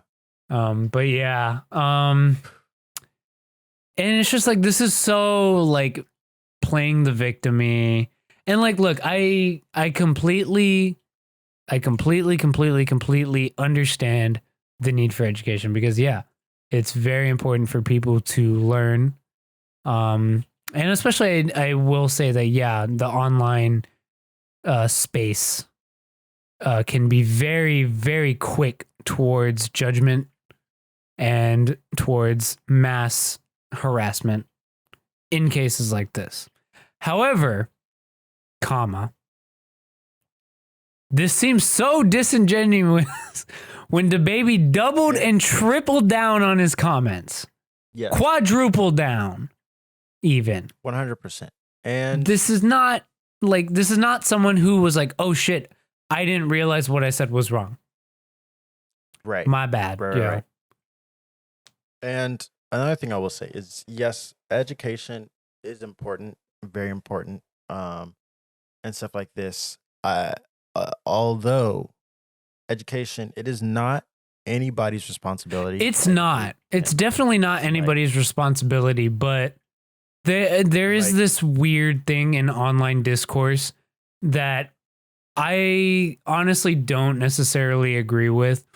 And is that, Google is free, bro. Like, that's not necessarily the approach we should be taking towards people. Because I mean, like, let's say we live in a universe, we live in the timeline where DaBaby genuinely didn't recognize what he said was problematic, but when he saw the reactions, he was like, oh shit, my bad. Can someone explain to me or point me in the direction to where I can learn more about how what I said was wrong? Right. Because I believe that there are genuinely people out there, because obviously a lot of people with antiquated points of view, people who grew up in very small areas with not a lot of differing thought, especially small towns, they typically tend to be more conservative. Right. Where you're not exposed to a lot of differing opinions and dissenting points. So, you're not thinking about these things. And obviously on the internet, there's still a lot of misinformation. So saying just that Google's free is not the way to approach these things. And especially very complex issues like HIV and AIDS.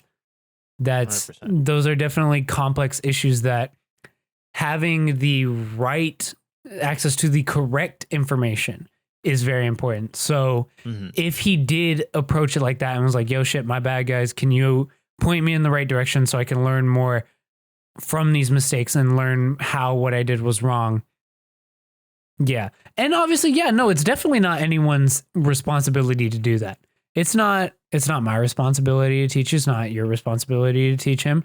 But if you want, like, if we're playing a game of trying to get people on your side, which a lot of people in this like online discourse debate culture are, it would do nothing but help you to get someone who's like semi in the middle or on the fence, or is at least susceptible to your points. Wouldn't it not help your case to just, treat them in kind and just be like, hey, this is what you did was wrong. Here's some resources, like read up and, have a good day. Yeah. Now, obviously, this is not the case for DaBaby. This is not. No, 100%. But this is just more of a general thing that I think that online people need to consider a little bit more. Yeah. And I think I definitely agree. Like, I think that Google is free thing can kind of be somewhat dismissive at times. It's dismissive, it's toxic, and it honestly in most cases just makes it seem like you don't have a reasoning for your argument, and that's what the people who are on the receiving end of it will think. Yeah, and I will say specifically with at least in regards to the HIV and AIDS comments that he made, that is something that there is a lot of misinformation exactly out there. I can say that I understand why he might think that that is a disease you can get from being nasty or not being sanitary enough. Exactly. A lot of that also does have to do with how our culture treats STDs. 100%. And I think in that regard, maybe, there is some room for him there's some plausible deniability. More learning. Yeah. Now, the thing is, there are the other comments he made about, sucking dick in the parking lot, that Yeah. kind of stuff.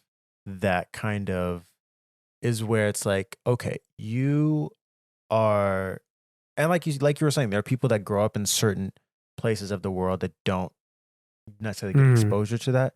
This is DaBaby. He's been all over the world now. Yeah. Doing many things, exposed to many different type of people. You hopped on the Exactly. remix with Lil Nas X.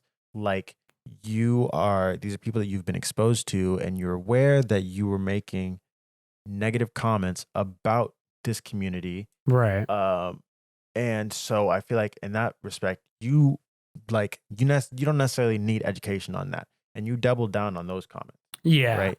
So in that area, no, it's cool. It's going to be great if there's someone that is willing to sit you down and teach you about, HIV and AIDS and all that stuff. And the thing is, I'm not even convinced that is something that he even necessarily had in this time. Yeah. I feel like maybe that's just bro. Miley pulled the white savior. She did.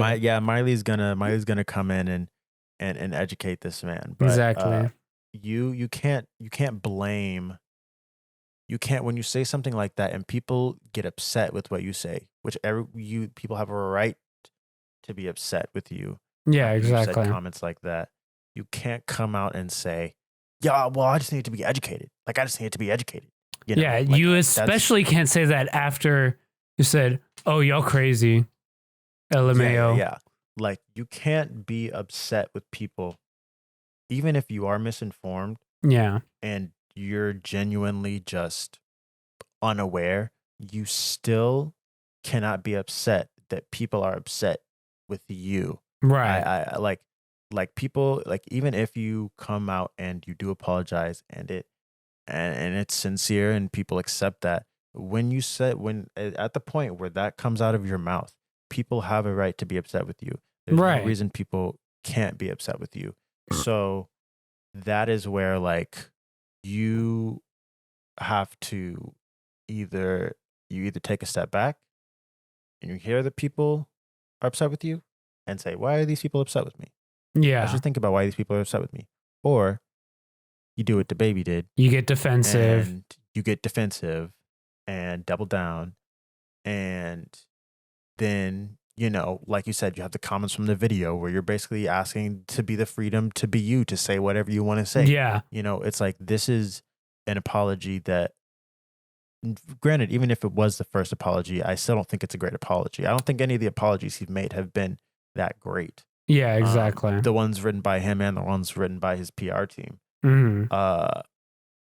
So yeah. And another thing is, even after this apology, no one, because I saw people being like, well, now he's apologized, like, and people are still upset with him. Like, no one, despite an apology, no one owes you forgiveness. Exactly. Does not equal forgiveness.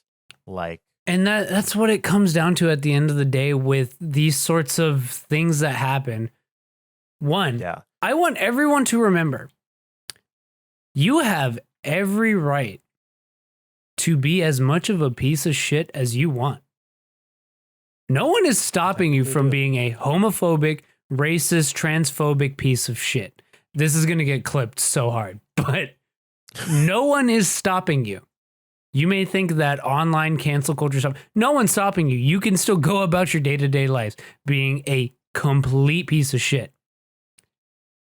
And everyone else has the absolute right to call you out for being a piece of shit, no longer want to associate you, and be upset with you.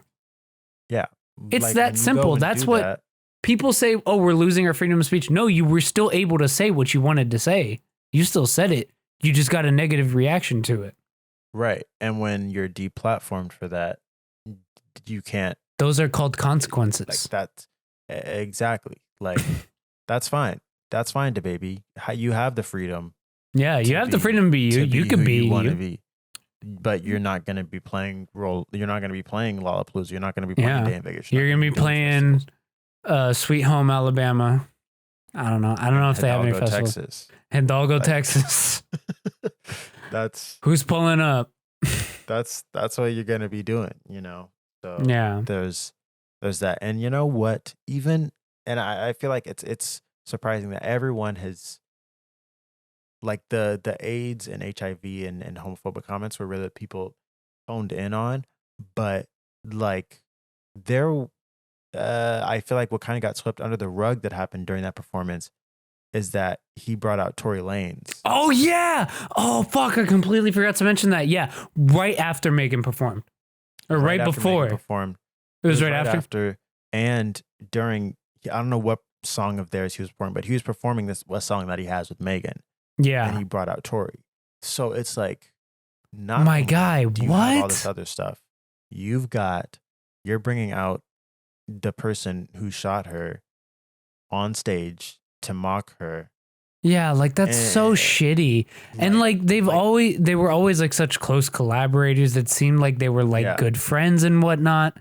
But like that's such like just even like from an optics level, that's terrible. But even just like that's such a piece of shit friend thing to do, you know? Yeah, like you don't bring out like you're that's just like horrible. Like you were bringing out this person's aggressor on stage to perform with them, and clearly like and doing it on purpose, you know. Yeah, there's no way it wasn't on purpose. And it's just really not a great look. And that's the thing, is like this is DaBaby's, like someone even brought up today, they were like, man, I'm surprised it's happening for this and not happening for when he punched that one girl in the face. I was like, yo, I forgot he did that too. It's like dude, that's the thing about being in hip hop, is that, like we said, there's a lot of things that get excused. There are a lot of things that get excused, a lot of things that get swept under the rug, a lot of things that happen so frequently that even I personally find myself like forgetting that certain artists did or said blah blah blah. And so like, oh my gosh, do you remember so and so did that? And I was like, geez, exactly. I forgot. That's a really horrible thing, actually. Like people were saying, like you take DaBaby off the lineup, but you still, you know, now you've got like Lil Uzi on the lineup, which I think people kind of glossed over the fact that he like beat his ex-girlfriend like just the other week, which is like concerning, and it's one of those things where it's like he's still like, obviously, I mean, I'm sure like his collaboration with Isaiah Rashad was like in the works for a while now, but I mean that's still something that's happening, and I'm sure he's still gonna be it's cultural conversation. It's just like, it's really hard when it comes to that sort of stuff, because like just the mental capacity to remember everyone who's done a piece of shit thing, you know, it's hard. And that's why like kind of the culture as a whole will kind of funnel in and out the people who are deemed like, oh, this isn't okay, and this is, and there was actually some interesting points being brought up, not necessarily defending DaBaby, but like saying how like, oh, it's very interesting how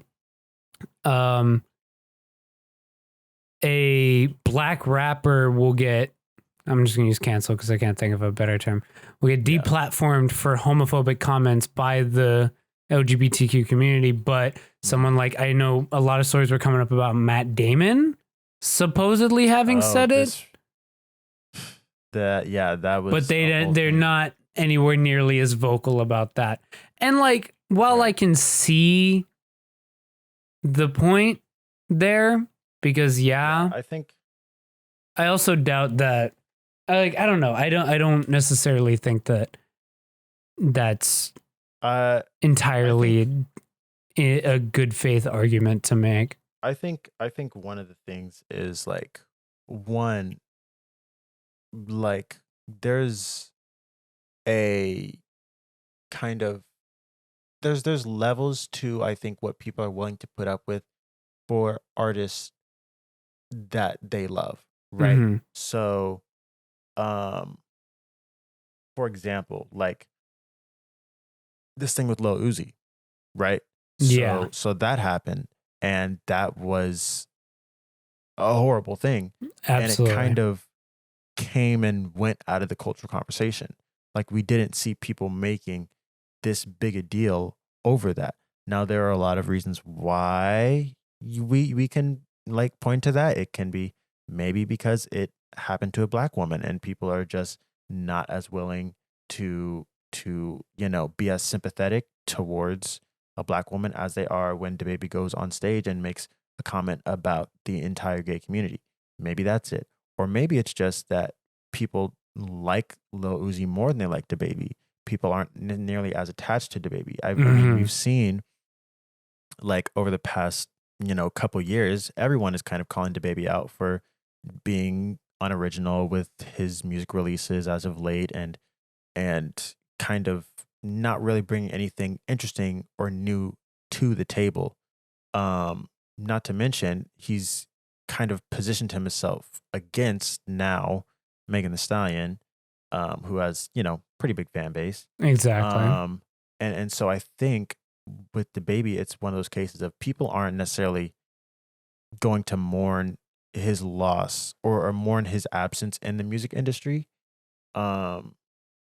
Whereas people maybe are more attached to Lil Uzi's music or like Lil Uzi's music more, so they're more willing to excuse or even just as a person too. Or even just because I know like a lot of people like his online personality. They're like, oh, look at this small boy. Oh, this right. Yeah.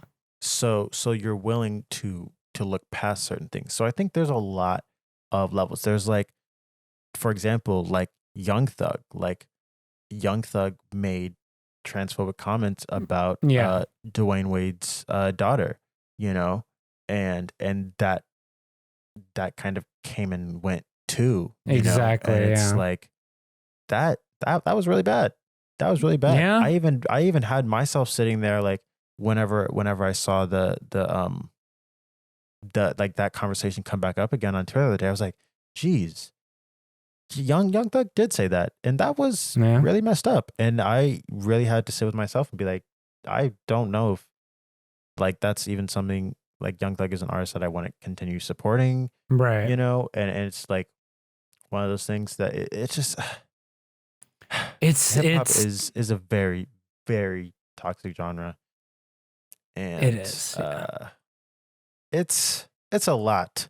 I think so you're much to say that I don't even necessarily think I'm contributing anything new to this cultural conversation. These are things people have said many a time. I think we're raising good questions though. And I think to your point about looking at who the victim of these transgressions are gives us a good idea of whether or not the culture as a whole will be willing to look past it.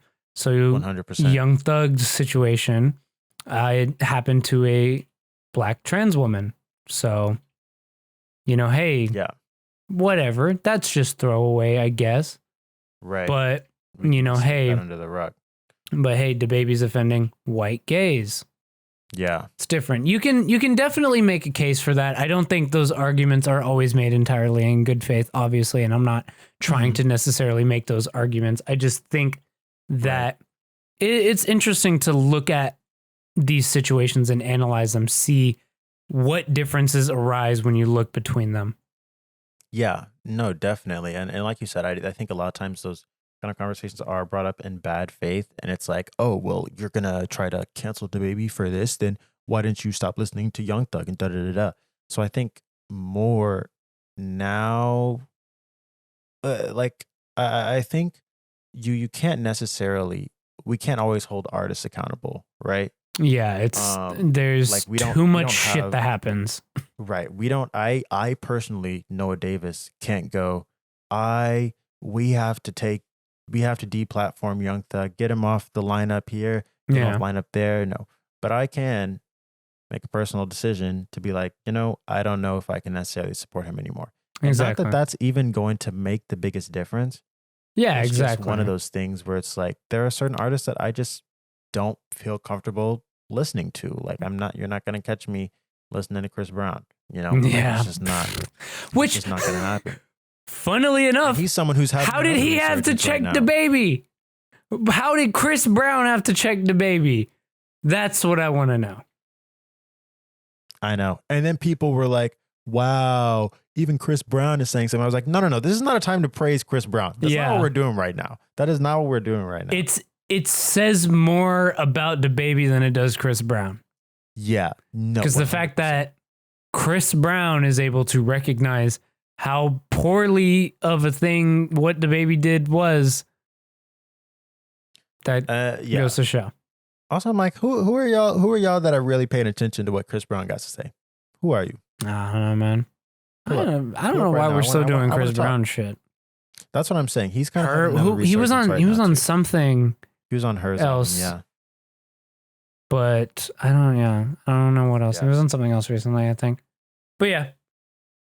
I mean, it is what it is. DaBaby is pretty effectively lost out on a lot now. Yes. And I will be interested to see how far this goes, whether, it's like just now and then next festival circuit go around, we see him back on the lineup. Yeah. Is that how we're going to do it? Are artists just going to continue to work with him and continue to feature him and stuff like that? I don't know. I don't know what the longevity is of this, this outrage right now. I can say personally, I mean, I was never really looking for DaBaby's music before, and I'm certainly not looking for it now. Right. So I personally, for me, a whole lot's not going to change in the way that I consume music, but I think it'll be interesting to see how this plays out in the next, couple months, year from now, however long. We'll definitely see. I feel like this outrage, looking at it, is pretty long lasting, and I don't think that he's going to be on these circuits much more. Maybe I will. Maybe in like 5 years' time, but I mean, in today's day and age, artists don't have that same longevity that they do, or that they did before. I think we could definitely see a decrease in his popularity. I do still think he'll maintain a pretty. I feel like DaBaby is someone who maybe doesn't necessarily cultivate like. I think his fan base may largely be made up of a lot of people that simply don't care about this kind of stuff. Yeah. A lot of people were defending him from what I saw on Twitter. Yeah. So I do, this may still just be a vocal minority. I don't know. We'll see. But definitely not a vocal minority of the internet as a whole, but yeah, in terms of DaBaby's like actual like fan base, it could be. It could be. We will have to see. Yeah. But that's all we have to say about that. I feel like we talked about that for actually longer than I expected. Yeah, I know. That was quite a bit of a surprise, but there was a lot to unpack with it. There was a lot to unpack there. But yeah, I mean, I'll just say is just like, if there are artists out there that are doing this kind of stuff, you just have to, you really just got to make that decision for yourself. Are you going to continue supporting them? Yeah. Or someone you can continue supporting. And, I'm not even going to say that everyone I listen to is perfect. Oh, yeah. No. Everyone I listen to is definitely not perfect. But I think you do have to kind of sit with yourself and kind of go. Is this something that I am willing to look past for some bars? And I think even if you're doing that, there is kind of one of those things you just need to constantly know, like you are, like you need to be aware of that. You need to constantly be aware of that and not, I don't know. And not even to necessarily say that like because what at this point, cancel every artist. Let's just fucking end the show. Let's never do the show again, right? Because like everyone has their problems, but I think obviously, like you said, there's a certain degree to which people will take and be okay with. And I just think that you just have to make that decision for yourself, like you said, and not even necessarily that like, hey, if someone does something inherently problematic, you need to stop supporting them, because if that's something that Because there's you a are, spectrum. There's like many yeah, different definitely. things that If that you could you say that are wrong. you can still care about these issues and still consume the art, even though like you're technically enabling it. It's very complicated, but it's personal and it's about yourself. Do whatever makes you feel okay. If you feel Right. okay I think with continuing to consume the art, but you know that you don't support their stance on this, you don't support what they've said about this, and you actively support the opposite of what they believe, fine. That's your decision. But if you don't want to support that because you don't want to enable them, that's also fine. That's your position. right, and I think there's a definitely you have to look at it, and I think look at who we're talking about. What is the harm that they've caused? Are we talking they made some comments that they shouldn't have made? Apologize for those comments. Is it something like that, or is it something like what we're looking at with like Lil Uzi or something like DaBaby? Because I do think there are things that are more severe than other things, and I mean I'll like it. Yeah, it's one of those things you just kind of have to sit with and decide. And there are people that like Kanye, for example. Like I love Kanye's music. Like I love Kanye's music. I do not think he is a great person. Yeah. He has said many harmful things, specifically within the last few years, and Right. taken many harmful stances. Um, to that like said things that are harmful to the Black community, and like um, I think that's definitely something that you constantly have to be aware of. It's definitely made me have a different relationship with Kanye's music. Right. And yeah, just with my relationship with him as an artist. And so it's definitely something that I'm always aware of. It's just like yeah, Kanye is he's he's still in my rotation. He's still in my rotation, and I think it's one of those things that you do just have to be aware of. And yeah, I think I don't know. It's not black and white. It's never black Yeah, and white. it's never.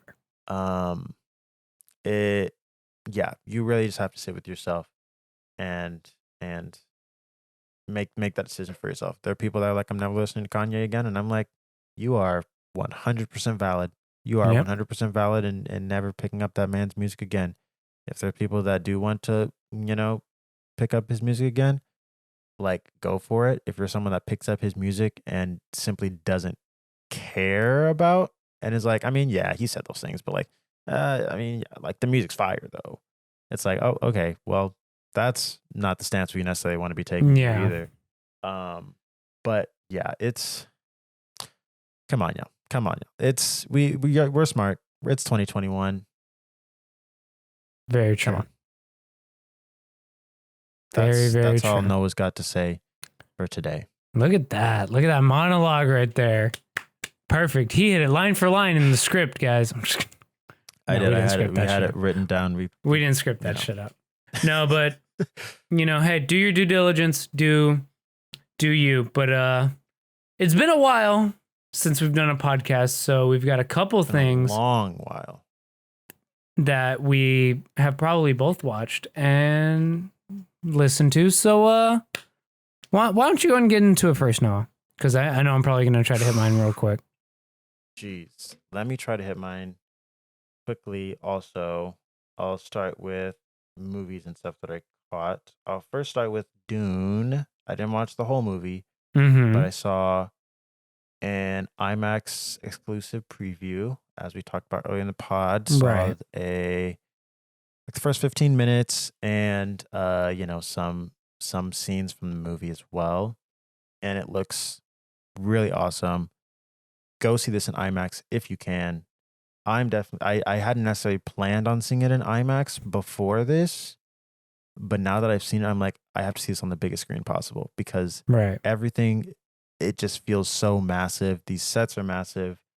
It's visually really stunning.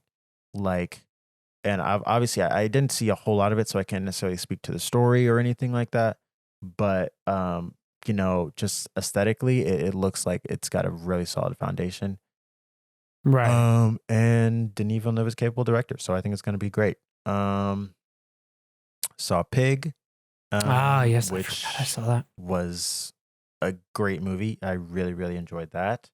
Check that out if you can. I think it's actually it's streaming digitally now as of Oh, dang. yesterday, today, sometime. Like rental? Yeah. Okay. So you can do that. I got to catch The Green Knight yesterday. I'm seeing that this weekend. Yes. Gorgeous. I'm excited now. I loved it. Excited. I really liked it. I really, really liked that movie. So if y'all can catch that, definitely do it. As far as TV stuff, I've been watching season 2 of Ted Lasso. Started 2 weeks ago. Oh, so 2 right. episodes into that. Still think that show is really solid. I might need to catch that. I forgot to cancel Apple TV, so they got you. Yeah, I'm stuck with that for a bit. So yeah, that's rough. But I was watching that, and let's see what else. I saw new Blind Spotting. That show has still been pretty good to me. I also started watching this new show, P Valley, which is actually on Stars, which I only started watching because I had my subscription to watch Blind Spotting, and I've been hearing great things about this show. Really great show. It's about this strip club in Mississippi and the people that kind of work there, and some of the drama that kind of ensues. Really great show. Really, really great show. Saw that.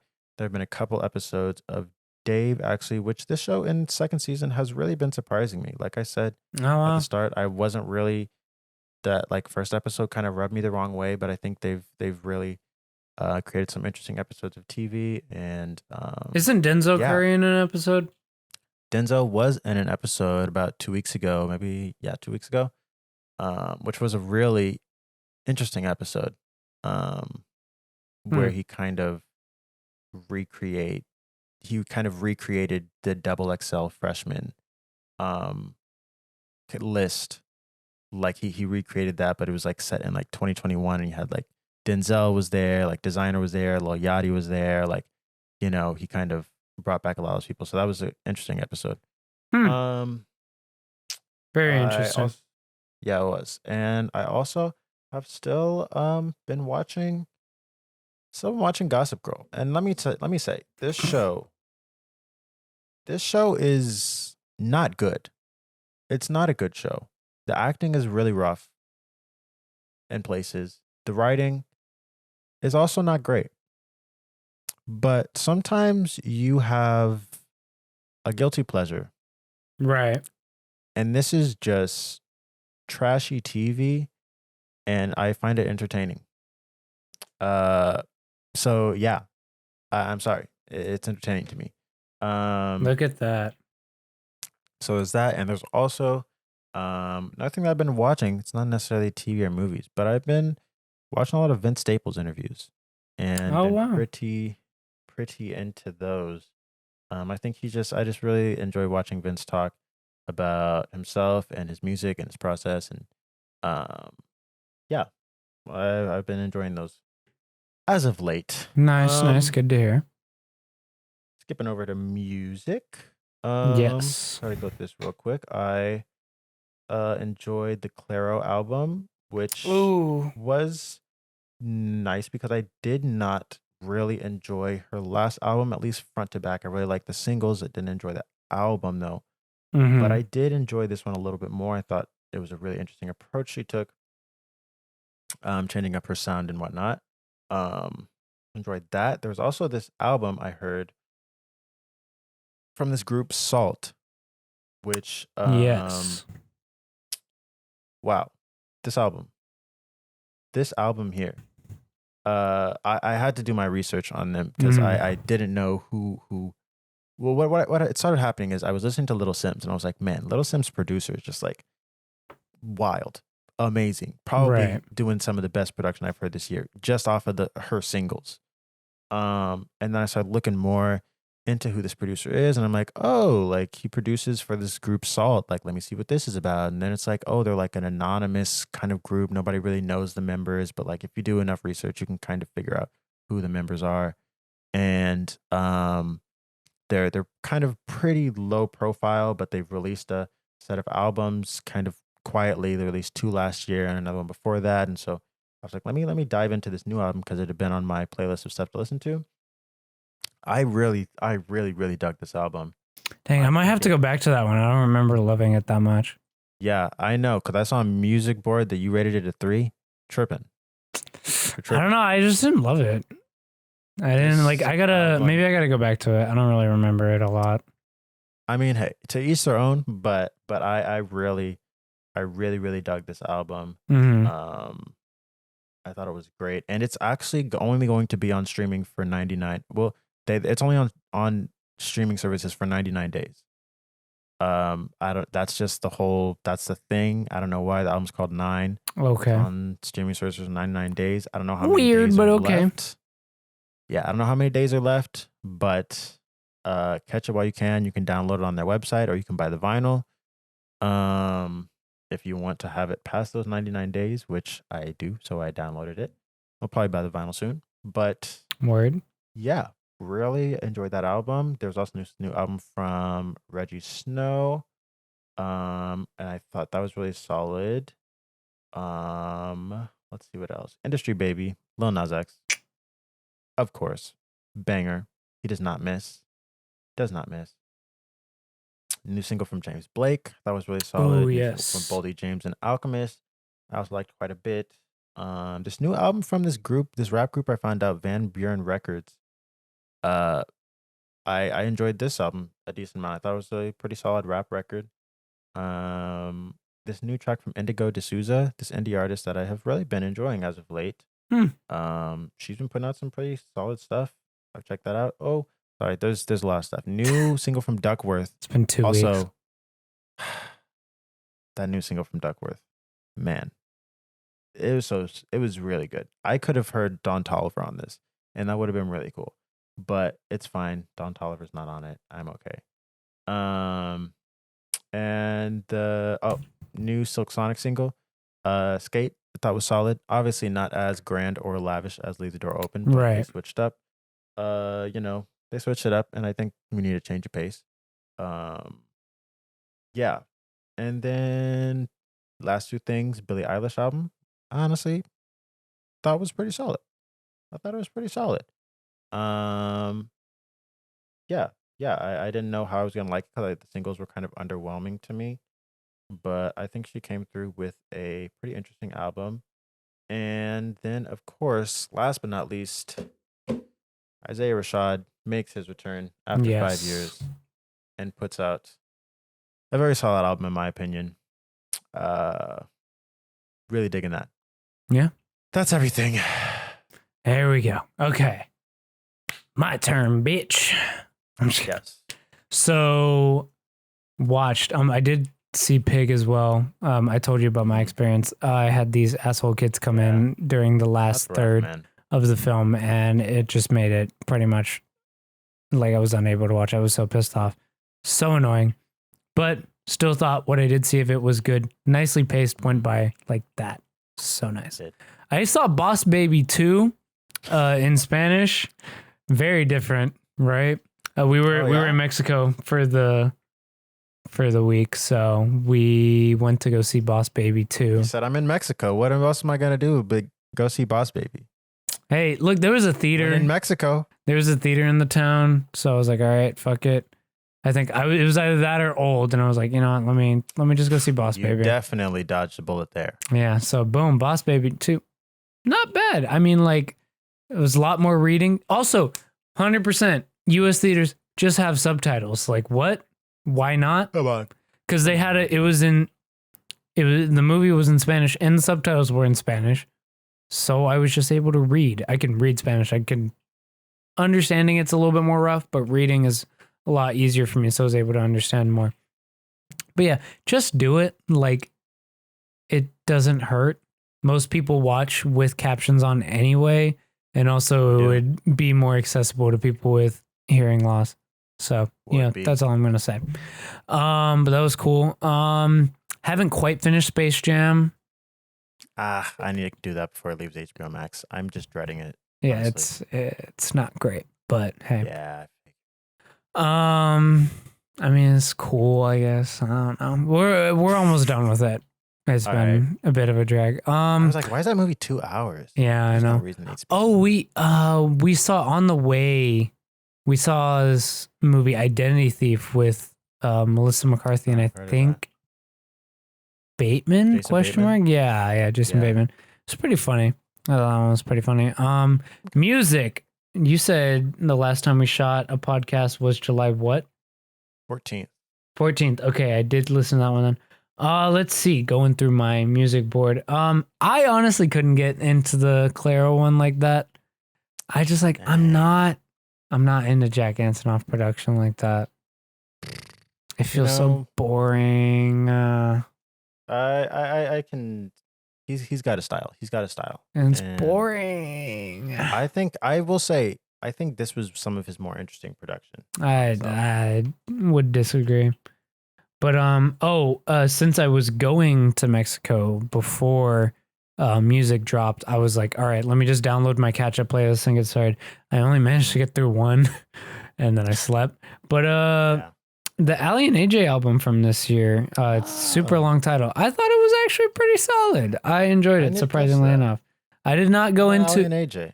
Yeah, I did not go into it thinking I would love it necessarily, but I enjoyed it. It was solid.